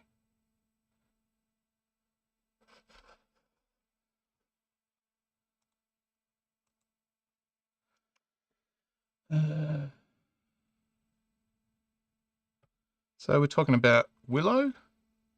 Let's talk about butterfly stones. Yeah, this is a video for the for Mark at the Cricket Info site. Now, this question is from the Bat Cave. Now, it's all about butterfly willow. Butterfly willow is actually one of those things that's always been around in cricket nets, and everyone's got different opinions about it. But effectively, the way it is caught, what causes the butterfly stain is in the tree. You get maybe an impact or a crack in the bark that's causing moisture to come in and rain to come in. That then causes a little bit of an imperfection in the outside of the tree, which then leaks water in through into the centre of the tree. Now, what happens then is that then leaches the tannins from the bark into the centre of the tree or towards the centre of the tree, and that's where you start to get the butterfly stain. And you can see on this one there's more of a stain up here, but there's different types of stain right the way through these bats. But effectively what happens is then as the stain kind of leaches towards the centre of the tree, that's where you kind of get the wings of the butterfly that sort of fan out, because it kind of dissipates as it gets towards the centre of the tree. But what happens also is that centre part of that stain tends to be a bit harder, so you get harder timber. And so the butterfly stain bats tend to be more resilient and tend to be a much harder willow, and so they will last better. And so once they've got good performance, they'll hold that performance and be a good bat and last for a long time. So they do tend to work very well like that. Some people don't like the hard performance of them; they don't like that feel, but it does give you a good bat lasting time. So that works well. So effectively, just that's really the way the butterfly stain works. And what it does is just give you that nice harder performance, but it does last longer. So that's where we get that nice ping. And you can see on this one, the butterfly stain actually starts to work at the end of the bat or at the toe of the bat. So it's slightly different here. I was typing comments there. Somebody just said Sunny Gold Classic. Yeah, I hope you found that interesting about butterfly willow. Generally, if you do see a butterfly bat, you'll tend to get very nice grain structure too with those bats. I guess it's not true of all of them. Excuse me. So yeah, I did review a Sunny Gold. Let's keep going on the videos. Now, there was a question here about what was the best bat, 10 best bats I've ever reviewed. Now, I did do in preparation a little bit of a fun thing. I am going to get to drawing the bat. Don't worry, it's on my thing there. But I've got a lot to get through, so this is going to be a bit of a long thing. So I set this up, which was of these reviews that I did this year, and I'll put myself down in the bottom. So of these reviews that I did this year, what did I actually think of them? So I'll just go full screen on this so you can see the whole thing, and I'll put myself a little bit smaller. Maybe I'll shove myself up the top there. There you go. I can do all these wicked things now. I can go, hey, and then back down there, and then over there. Oh yeah, there you go. Yeah, you spend money and you get weird things like that. So these are the bats that I reviewed this year. I think there might be some duplication in this one. I'm not sure. But I'm going to go through and I'm going to rank what I thought was a bat that I would definitely rate really high. So I'm going to work my way through from left to right. And if you've watched the reviews, you'll have your own opinion. So the A2 Omega Butterfly, it was about 105 millimeters, but it pinged really well. It was nicely pressed, and it was really thick through the toe, which is something. So I actually thought that was a great value bat. I think he only paid a few $100s for it, so that was pretty cool. Steve Smith bat. This is, and you go and watch that video, this is by far one of the most impressive bats, player profile bats that I've had through. The guy who gave it to him, I've forgotten your name, I hope you're online. He actually waited for ages and ages for this bat to come through, and it was just immense. So yeah, I really rate that bat high. That's a unicorn, that one. The DSC Dave Warner, what did I think of that? Well, I didn't think it was that great, did I? Because it was 102 millimeters, and yeah, didn't do much for me. The GN Elite 500.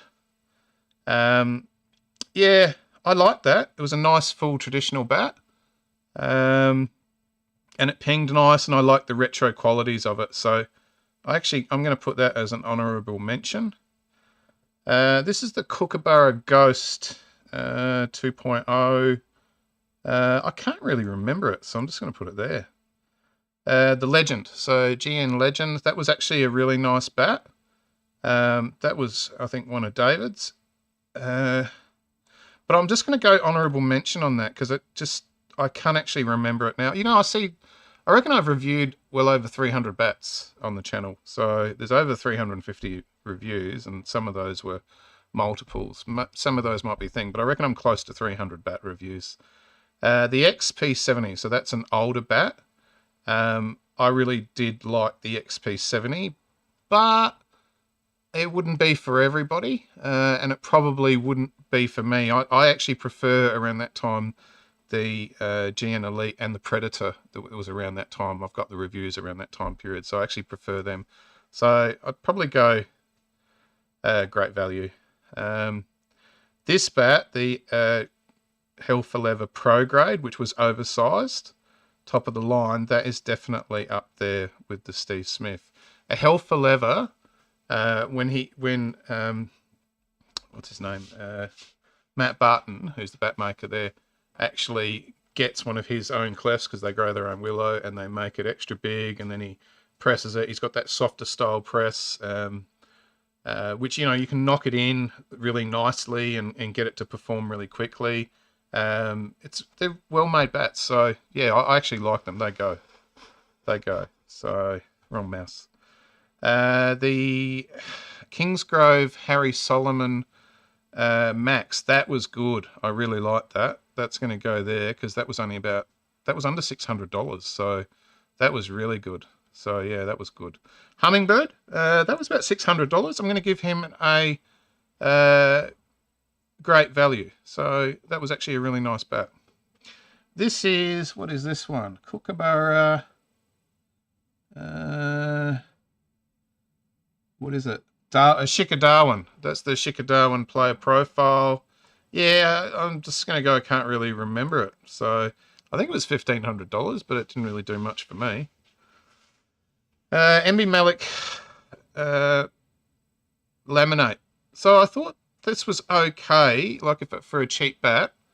But, you know, you got to put things in perspective. It may not last that well, but they were only about $300. So I'm going to go great value. And I know that would be the bat that, you know, if you're playing social cricket and you're going to be slogging every week, the bat's going to hold up because of that lamination.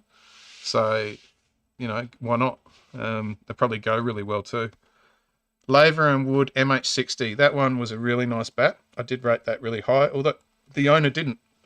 But that was the traditional Millie Champion Hall. So that was a nice bat. Mid Luger. That one for me is going to get an honourable mention because it actually did all right. That was a mids, but it was a nice profile and it was pretty good. So I did like that one. The Power Spot, yeah, the power spot didn't do it for me. So, yeah. Labour and Wood, top of the line, PPO1 signature.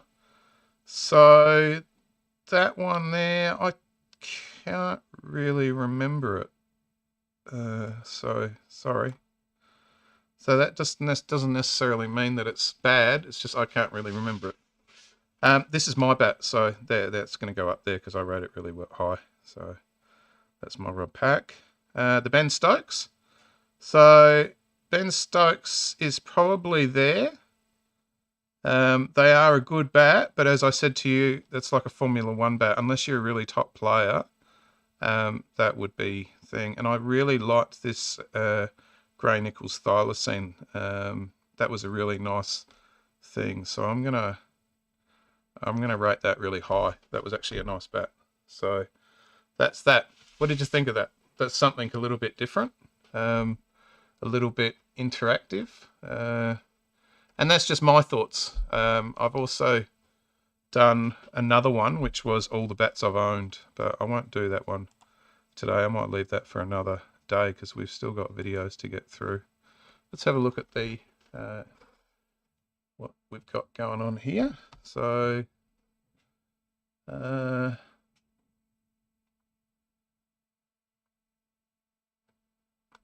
got a question. What's your thoughts on specs? Isn't the quality of the willow, moisture content, good handle, etc. more important? Sorry.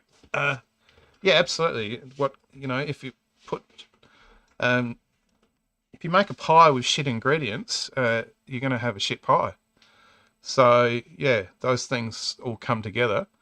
So, yeah, the pie can look good on the outside. It can have all the little crust, all individually manicured and all that. And then you open it up and all the meat and the gravy is all shriveled up, and it probably just throw it in the bin because it's rubbish.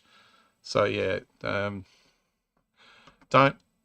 You know, one of the other thing is, you know, when you're dealing with bat makers, don't be one of these people who just come to them with a whole bunch of bloody specs. I know I do them on the reviews because that's what I've, you know, I'm giving you all the information because I'm trying to document it. But don't go, I want 2.8 with a 50mm edge, 45mm edge, and I want this and I want that, and you know, and you have this unicorn spec or whatever, particularly on the types of bat makers. So they may not have the willow you want. So they may not be able to do it. And the other thing is, you know, have you ever occurred to you that these top line players, they're actually the best in the world, so probably they actually deserve to be getting the best bats. So you're not going to get their willow. So yeah, I think bat making is one of those things. Nice to see you, Andrew. I've actually got a video for you, so let's go into that now when I get that ready. So here we go. Thank you for asking the question of how do bat makers keep the spine running through the center of the bat? Well, it's a pretty easy question to answer, and that is just simply that every stage of processing the cleft, whether it's back cutting, squaring off, is making sure that that spine is running through. That's simply by using machines. Here's an example here where this has been roughly squared off from raw cleft form. This one is not exactly in the center, as you can see, but that is because of the size of this actual cleft. Wasn't quite big enough on one side to make it exactly center through the process of machining with the big saw there. But the next stage, profiling, that allows that spine to come back toward the center, and that will determine where the spine goes through the back. So it's no real trick. But we get to this stage here, where the bat's been profiled and that spine is running directly through the center. The other thing we can do is use some common sense and simply just measure with the verniers, or even just a square or something like that. So there's no real trick. I know for me that with my process, with the machinery, that the spine's going to be in the center in the end anyway. So hopefully that answers your question. There's no real tricks. It's just common sense and also machinery. Thanks, Andrew. Thank you very much, Lucas. So Yeah, so there's no real trickery in it. It's just basically to do with how they manufacture them, all the stages they go through. I think, what do they call it? That thing that they push it down. There's a really good video of Steve Smith going through the FC Sondi factory, and that was by New Balance, but they're taking them through all the equipment. You probably remember it. And all the equipment was all green and whatever. That's the equipment that Julian Millichamp set up with FC Sondi. That's not specifically set up by New Balance, but yeah, you know, that you can actually see them going through the whole process there. That's a really good video if you go and look that up. Steve Smith visits New Balance, and good video. So I'd love to be able to visit bat makers. Situation doesn't really put me in that position to sort of jump on a plane and go and do that. So everything will probably be done virtually, particularly overseas. But any bat makers who do want to get involved and contact me, want to do an interview, show your bats virtually, all that type of stuff, give us a chat to us. This is the opportunity, and this is the place that you're always welcome to do it. As you can tell, I'm pretty honest. I'm not trying to sell anything, but you're welcome to go right ahead, because it's your bats. You're trying to put food on the table, so that's cool. From your experience, what's the difference? Grade 3 to grade 1, purely visual. So yeah, this is an interesting one. I reckon you can get some absolute gems even lower than grade 3. If you look right, if you can actually get in there, particularly early in the season when all the stock comes in, if you can get in there at that time before the season starts and actually tap the stuff up, you're going to find gems. Might be misgrades or whatever. But, you know, you think about it, all the willow when it comes from JS Wrights, and I played that video from B3 recently, they'll get an allotment, so 20% grade 1, so much percentage grade 2, so much percentage grade 3. But all the willow is actually being dried exactly the same. So a lot of it comes down to the visual appearance of it. Sometimes the what you would call a visual, something that doesn't look right, can actually be something that's really good. So, you know, the example of that is this bat here. This is what they call player's willow. I'll switch over to that one. And right there in the middle, there's this stain here, or a blemish we call it. Now that there, when I tap that up, absolutely goes. So, and you listen when it hits this.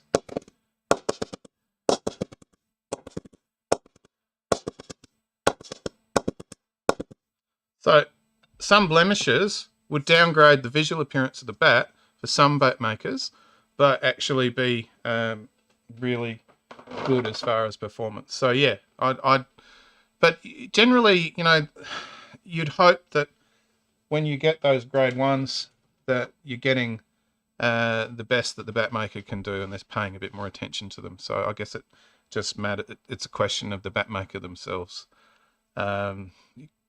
Gunnar Moore have got like, I don't know, 12 different levels of grading and all this type of stuff. But generally, from what I can see, you know, I've seen really stunning. I had a GM Manor, which was a 606. It was great. Like, it performed brilliantly.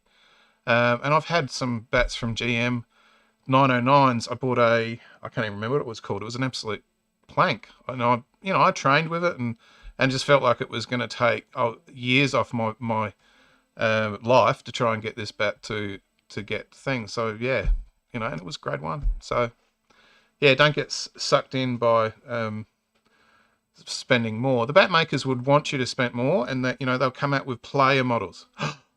It's a player profile. I'll have $500 more money. No, you know, like, you've got to be real and set your budget and go with what actually is going to work for you. Okay. I turned off the backing music. So yeah. What do we got here? It's true, the amount of willow being made into bats outweighs the amount of willow being grown. It's part of the reason bats are getting so expensive. Yeah. They say, I heard recently that, well, the thing is with that is that, you know, they start growing those things 15 years ago or something like that. So they're trying to predict when they're planting them potential demand, let's say.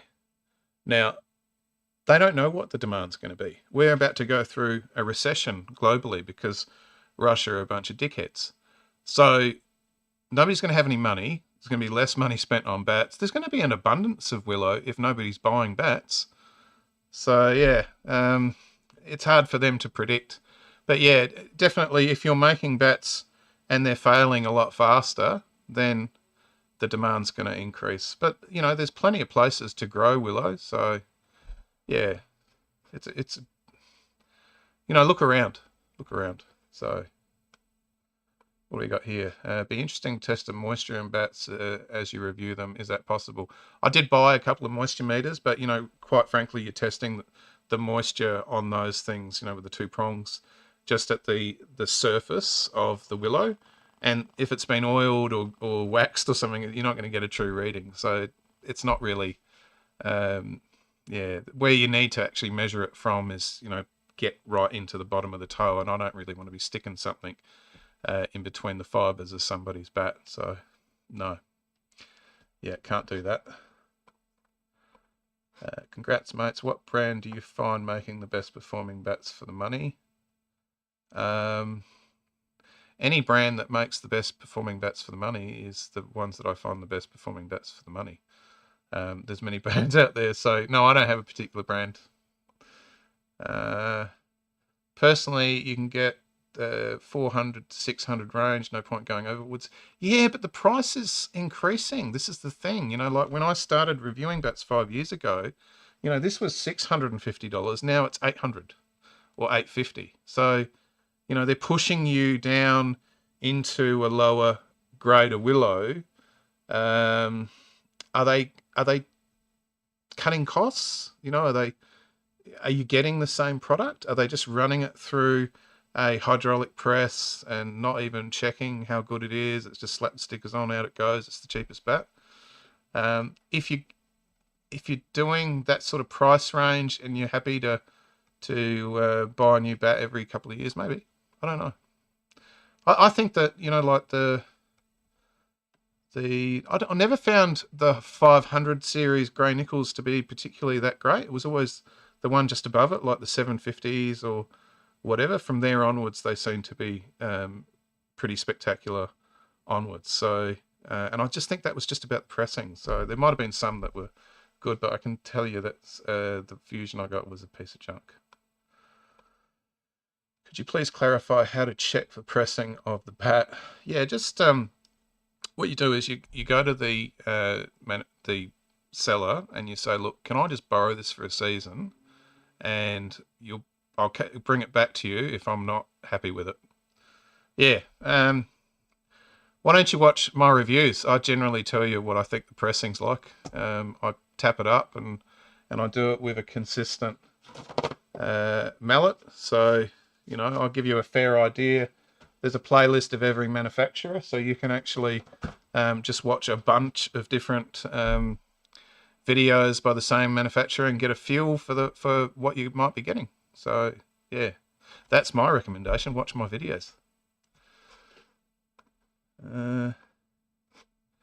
Congrats, Mark, on the 10,000 subscribers. Smiley face. Thank you for serving rather nutty at times. Yeah. Community. Oh, me? No. The community? No, the community's great. They can be nutty. Yeah, everybody's different. We're all unique. And we're all tolerant of each other. With all the video reviews, imparting your knowledge, imparting my enthusiasm. That's all I've been trying to do. My knowledge has improved. So that's Chad. Thank you so much, Chad. Chad has got one of the best collections. And I've been trying to get him to get out of his shell because he's in the UK and get on a video call with me and show us your bats, Chad. So that's what we want to do. We want Chad, show us your bats. So yeah, thank you very much. Oh, he's got a reply here. What's he saying? If you could simplify bat buying into 5 key consideration points, especially with the confusing amount of choice we face today, what would they be? Well, I guess it depends on your age group. So, but we assume that you're an adult. So the first thing you got to consider is how much you're prepared to spend. I think you set yourself a budget first, and you work from that. Go to the shops, have a look what's there, and if you can find something that suits your, firstly, your pickup. Is it going to swing for you? Practice your shots. You know, are you going to be able to play your crossbat shots, all those type of things? Is it going to feel right for you? Maybe pick it up with your eyes closed. Maybe have somebody with you and put 2 or 3 bats down and close your eyes, and they'll just hand them to you randomly so you can work out which one. I would, yeah, so price, pick up, the handle, like, is it going to work for you? Those type of things. Generally, if the bat feels good in your hands, you're going to make runs with it. And it's your technique and it's your practice that makes that happen. I would look out for hopefully not too much taken out near the shoulders. And we heard that in, you know, one of the videos today about, you know, where they sort of make it 2 things. I think Grumpy said that. So, you know, that's where a failure point could be if they shave too much out. I think there was a DSC, one of the first ones I saw it really badly was a DSC Usman Khawaja profile. It was about 31 millimeters, and I thought, oh, that's really like cutting it fine. And the Stokes was around that. The toes can be really thin. So, you know, think about your capabilities, and you know, maybe have a look at your bat before you go and buy, and think about where the middle needs to be. So that's one of those things. So hope that helps. Yeah, come on, Chad. Show us your bats. Yep, come on, Chad, show us your bats. Please tell Grey Nichols to please fix their stickers this year. All their models this year have stickers lifting off the back. Yeah.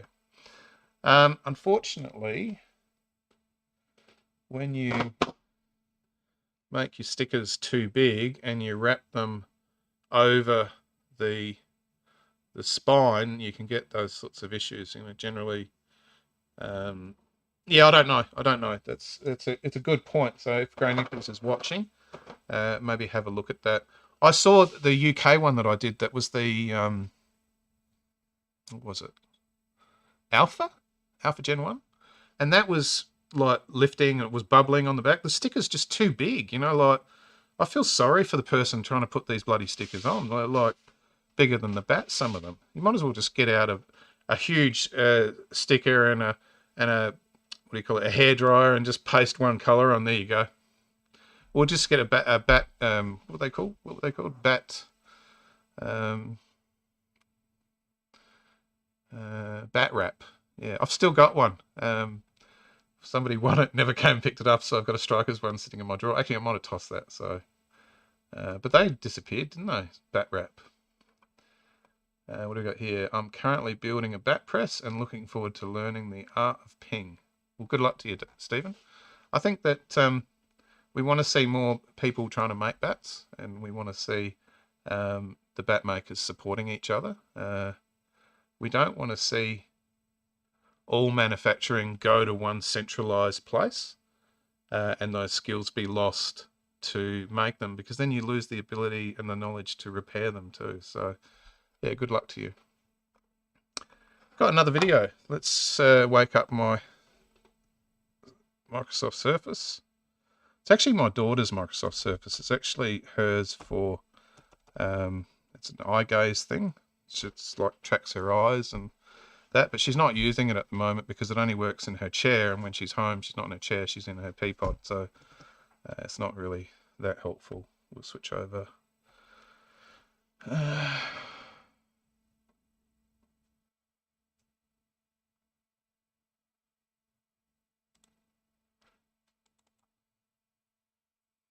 I'm Gavin from B3 Cricket.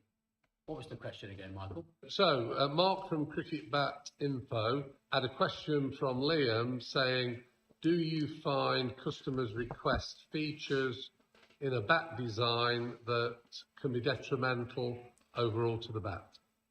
Okay, well, in answer to your question, just picked up on 2 points which we get here. Not all that often, obviously, because we try and advise, differently, but there are 2 points just to answer your question. The first one, we find that it was in the toe. When you get a squarer toe, compared with a more traditional rounder toe, you tend to get weak points on the corners. With it being a squarer toe, just through the batter hitting the ground and causing a weak point just there. So that would be one.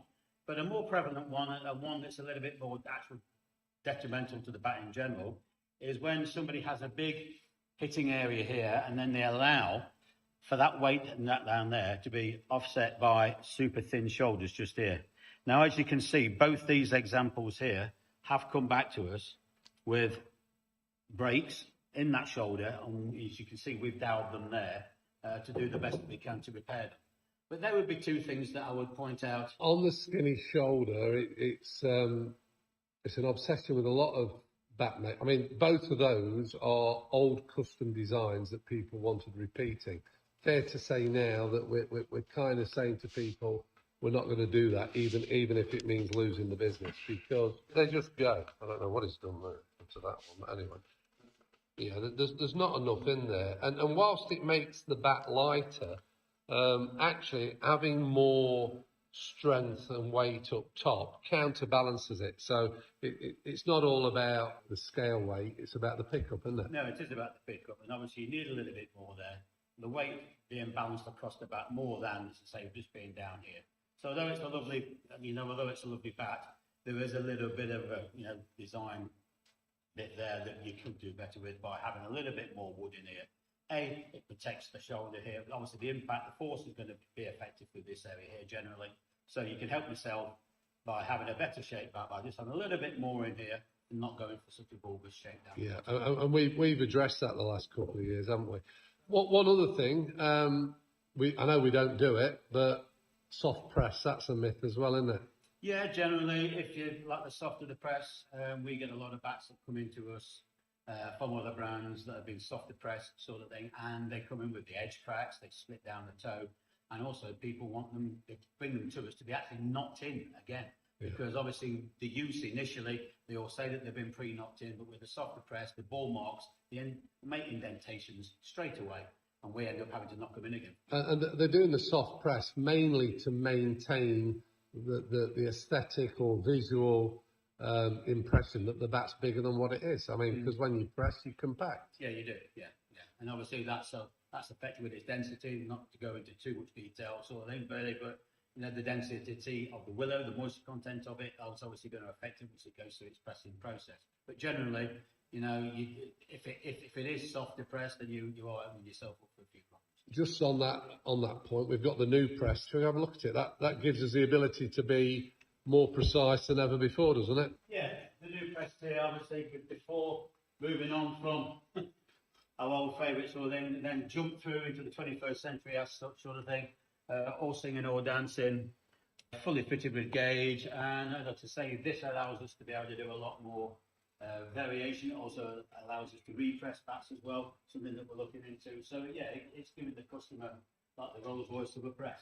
Cheers, Gav. Thank you. No problem. So thank you very much to Michael and Gavin at the team at B3 for putting that together. They've actually been really, really helpful with getting those videos together. And yeah, a lot of the things we've covered tonight have actually been addressed in that type of thing. So what things do the players ask for that are at their detriment?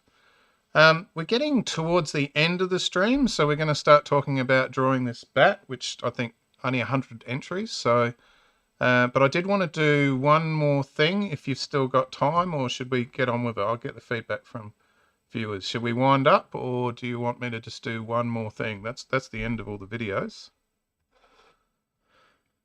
And that's not take my pants down and run around the garage. I'm not doing that.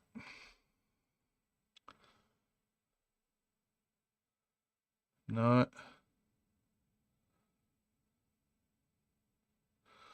Well, I'm going to do it anyway, because that's the way I do it. All right, so I got another one of these that I made up, and I'm just going to reset that.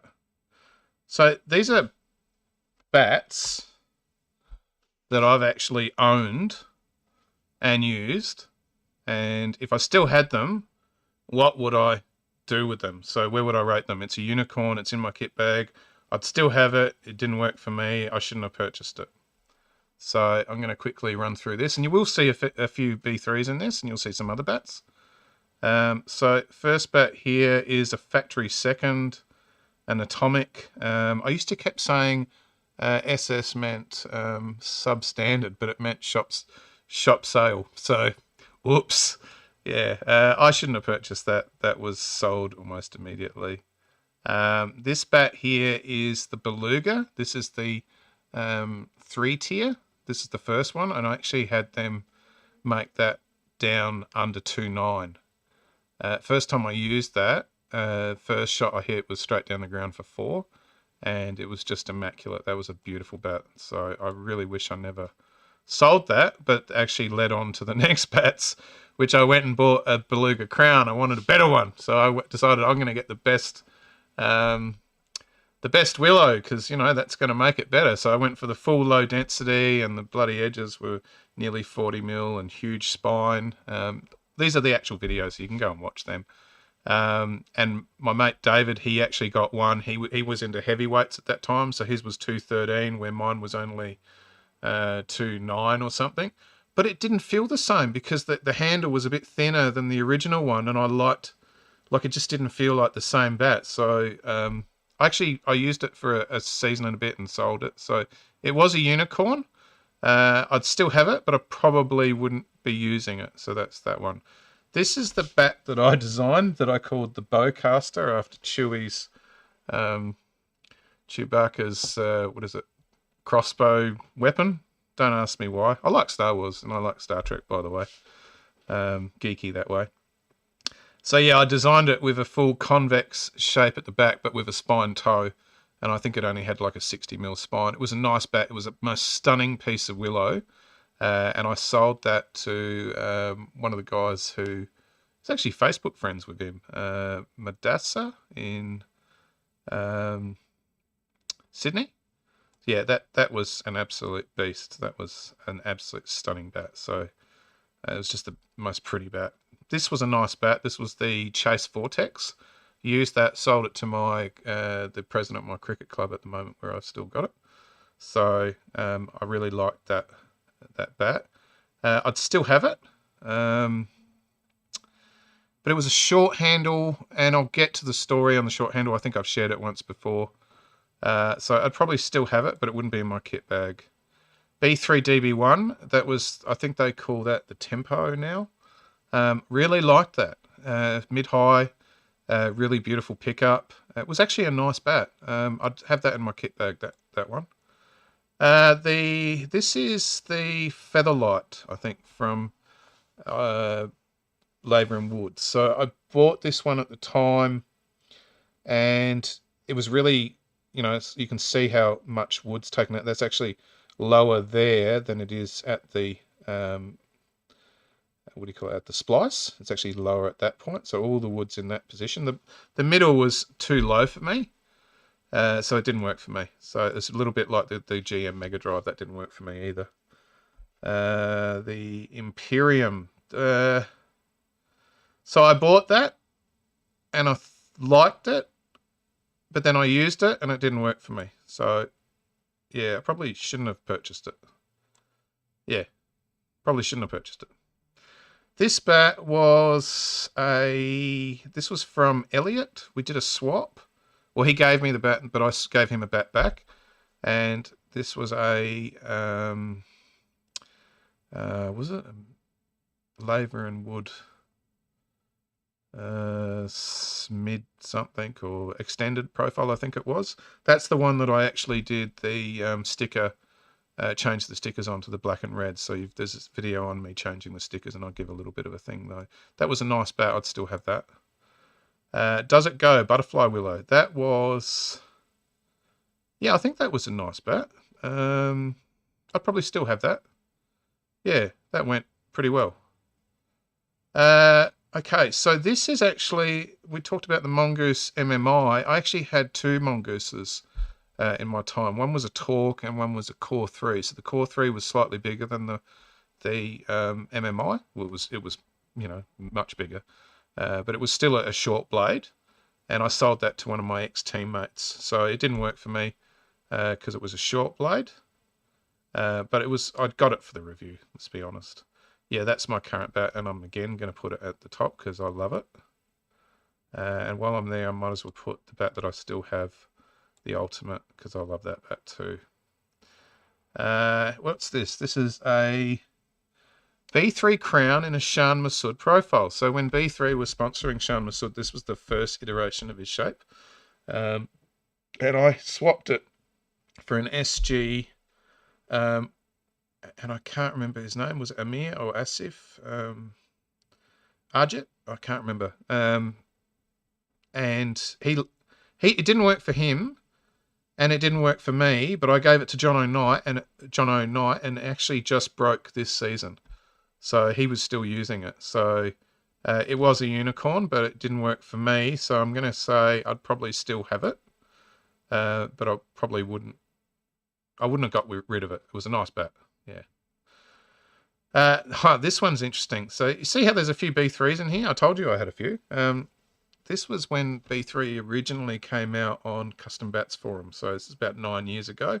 And they did a special where they did all these butterfly clefts, and everybody on the forum all basically got in, and everybody got themselves a butterfly bat. And I had mine designed in, the shape was called, shoot, I can't remember what it was called. Anyway, it's on the video. What was it called? It escapes me, but you can see just how full it was. It was a lovely profile. And I ordered it, this is funny, I ordered it with a long handle, standard blade, and then I chopped the toe off it because I thought the toe was too skinny. So I actually made that into a slightly short blade bat by chopping the toe. So I made it like a 25 because it was a little bit too thin at the bottom. And last game of the season, that was the one that I was using, and it jagged back and hit me right on the thumb. So I got rid of it after that. I sold it to a teammate. But I did like it. It was a really nice bat. It went like the clappers. So, yeah. I'd probably still have that. This was a B3 Toby Richardson special. So that is the what they call the Millie Champ shape, you know, the classic. So he did his interpretation of it, and they did a special on them, and I bought one. And I actually sold it to Chris, I think, over in WA, and he used it for a while. He loved them. So, yeah, I'd probably still have that. It was a nice bat. And the last one here is V12 one. I've owned 3 Slassengers, and I've owned 2 of these V12s. This is the one that was made for the Australian market. There was one made for the British market, and that had the hex handle. This one I got off of eBay, and it was the grade 1. It was a nice bat, but it was a little bit too low. I watched all these Jason Mellett videos where he went into the nets, and he said, oh, this really worked for him. And I like weirdo bats, so I bought it, and then I sold it to Ben, who I played LMS with. So he was sort of getting into cricket, and I think he stopped because he's a nurse, and they work weird hours. So it didn't work for me. So that one, it was a nice bat, but it didn't work for me. So there you go. I've done another TierMaker for you. And we'll switch back. So I hope you found that interesting. That's the last of the content. We're going to do the draw. I'll just do the last of the questions. And what do we got here? We should start the draw. Oh, too bad. One last question. Are you oval or semi-oval or round handle? I'm semi-oval to probably semi-oval. Yeah. This one here,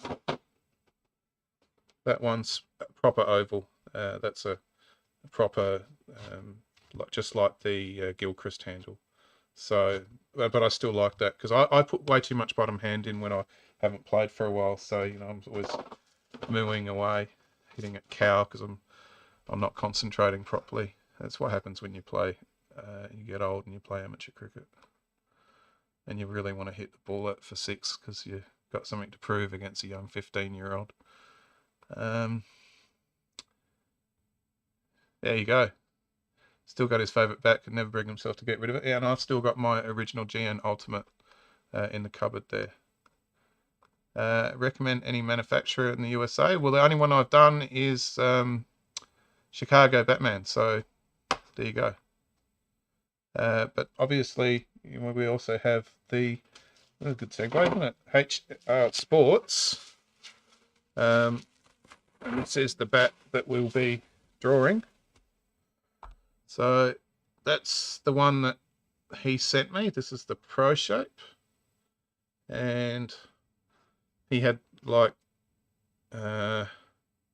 Mark Williams here or something, and cricket bat info engraved here. It was really deep.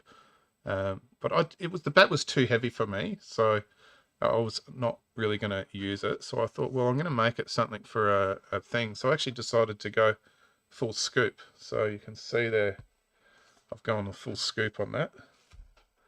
And I've modelled that on the Grey Nichols Phoenix, which is a bat that I never owned, but I wanted it so badly. I was eyeing it off in the shops. There was a Matthew Hayden Phoenix, and I really wanted that bat, and I went and bought the next year's one, which was the Fusion. So you know what I thought about the Fusion.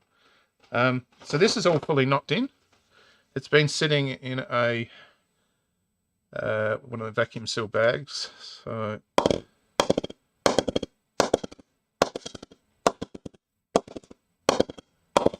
it's probably mid-low there. And I'll properly, but yeah, around that area you're going to get most thing. Lots of grains, half heartwood, and I think it was fairly high dense, heavy. So we talk about, you know, what's an average bat weight size, and I'm just going to move that to the side for a second.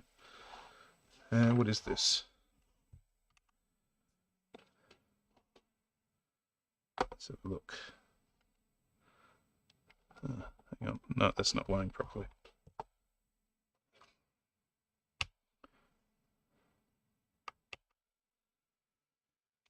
Let's see if I can get this weighed. So yeah, so it's fully dressed now, and it's, I'll get you, sorry, I'll get your question down. So 294, it's now fully dressed, ready to go. I put a thicker grip on the top so it balances a little bit better, and that will, you know, I wanted to put it into a weight which somebody would actually like, and obviously I designed those stickers myself. Got the thing off of HR, so I put their thing on it, and we called it the X to mark 10,000 subscribers. So this is the bat for tonight. So this is actually going to be drawn right now. So I got a message from YouTube to say congratulations, go celebrate, you know, get some Chinese or something. And I took a screenshot. I posted that video the other day. So yeah, and so I've got that all ready to go. I've just got to find where the hell I put it. Yeah. Okay, so this is it here. I'll just put myself, yeah, that's fine. All right, so the contest was to be the winner of the bat and the gloves. So the gloves are sitting next to me somewhere. Yeah, so brand new right hand gloves. If you're a left-hander, well, you're a freak. But yeah, most gloves are right-handed. You're a freak in a good way, not a bad way. Like the video, comment on why you wanted the bats, and be a subscriber. So we're going to have to work that out. And what I did was I took a dump of the actual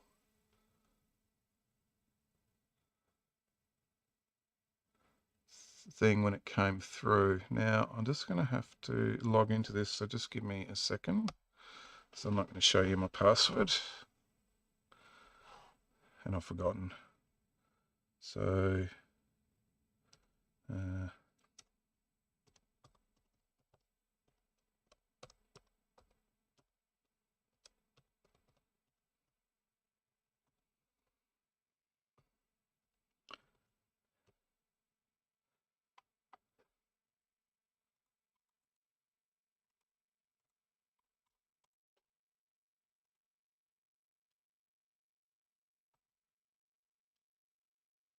Okay, so I took a snapshot exactly when I got told that I'd reached 10,000, which was that says the 5th of October. That's not when the thing was taken. We'll go into it. So it was taken on the 21st. So quarter to 9. That must be whatever their time zone is. I took it on Monday afternoon. So that's when I passed 10,000. And you've got all the comments here. So you can go and read that in the video itself. The video is obviously that one there. I made cricket bat, blah, blah, blah. Look, there was 100 people went in it, and it was a matter of taste. So, you know, if I was giving away a player bat, which I didn't get one, so if I was giving away that, I'm sure it was more. But it's something for nothing, and I'm paying the freight inside Australia, and I asked people to say, you know, they would pay the freight outside. I also went through and put a heart on the ones that were actually valid entries. So once this draws, I'm going to have to go into the video and find that comment to see whether it was a valid entry, but I'll be able to tell. So all I have to do now is go pick a winner. So it's going to pick one winner, and it's going to exclude me, and it's only going to count the author twice, and any replies will be excluded. So, and that's it. We are going to hit it right now, and we'll know who the winner is. Richard Barrow. What did Richard say? Yeah, that's not what I need. So Richard, let's go to the video.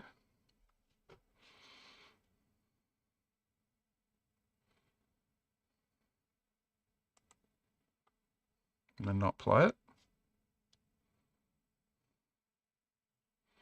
Laser, when it melts the vinyl, it creates chlorine gas, and that's not really good for you. So I've bought these little sheets. It's going to take some time. Hold that up for you there. Those have just come. Well, there's only 100 comments here, so I'll find it. $6 each, and I think they're like 1 meter or something, and they're basically car film that you can put on cars. So that one's got there's probably an easier way to do this look to it, but it's late. There's a grey one, so my brain's not working. Got some here it green, is. Lighter grey. Wow, that's impressive. The skill level is outstanding. What you're doing is brilliant. Make my own sort of stickers. And you can see, obviously, I did the one that's on the table. I clarified that with him, and he said, yeah, he's in, so he wins.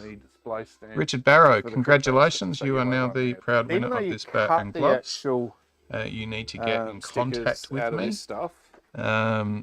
via Facebook, Instagram, or Twitter. You can also put a thing on the Ko-fi page. And I'll remind people, if you want to shout me a coffee, you can head over to that Ko-fi page. And you can do that. All the money is going to go into improving the channel. I've got a few extra bits and pieces I want to do. So yeah, I would appreciate that. I've got some special cutting software here.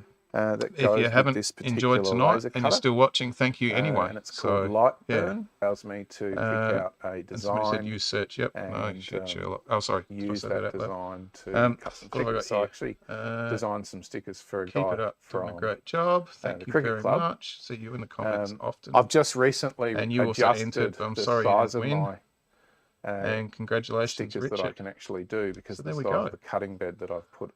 We are at the end of the live stream, and I really appreciate all of you who've stuck around till the end, and all of you who may watch it afterwards. I hope you found the content really interesting tonight. It took a lot of work to get in touch with all the bat makers and edit all those videos, and I'm going to release them a bit, but you've been the people who've seen it first. And it's been a long live stream, but look, 5 years doing this, I think I should, you know, give you my time and say thank you very much for subscribing to the channel, being with me all this time, and you know, I look forward to putting out some more content in the future. That's the I've whole got that sitting behind me whatever I design to has review. to be something that's And fairly it's simple that I Thursday can night and lift Sunday's out. Now, coming I up can put quickly, something so underneath I it. still haven't got So a put video one for sticker on top for of another Sunday. sticker I'm going to put that out of my create a face. two-tone color effect. Get But out I of actually my face, like mate, it when Presto. it's just the sticker on top with the insert cut I'm out looking and at it's just my the wood underneath. live screen monitor, So not at that's the what I'm going thing. to be So going for. Is yeah, something thank you pretty so much, basic. everybody, and I do Middle appreciate it. parts, And center. we're going to end the live stream. Delete So that. we'll see you And all in the comments just, of the next video. that's going to be Thank you basically all very my much. template.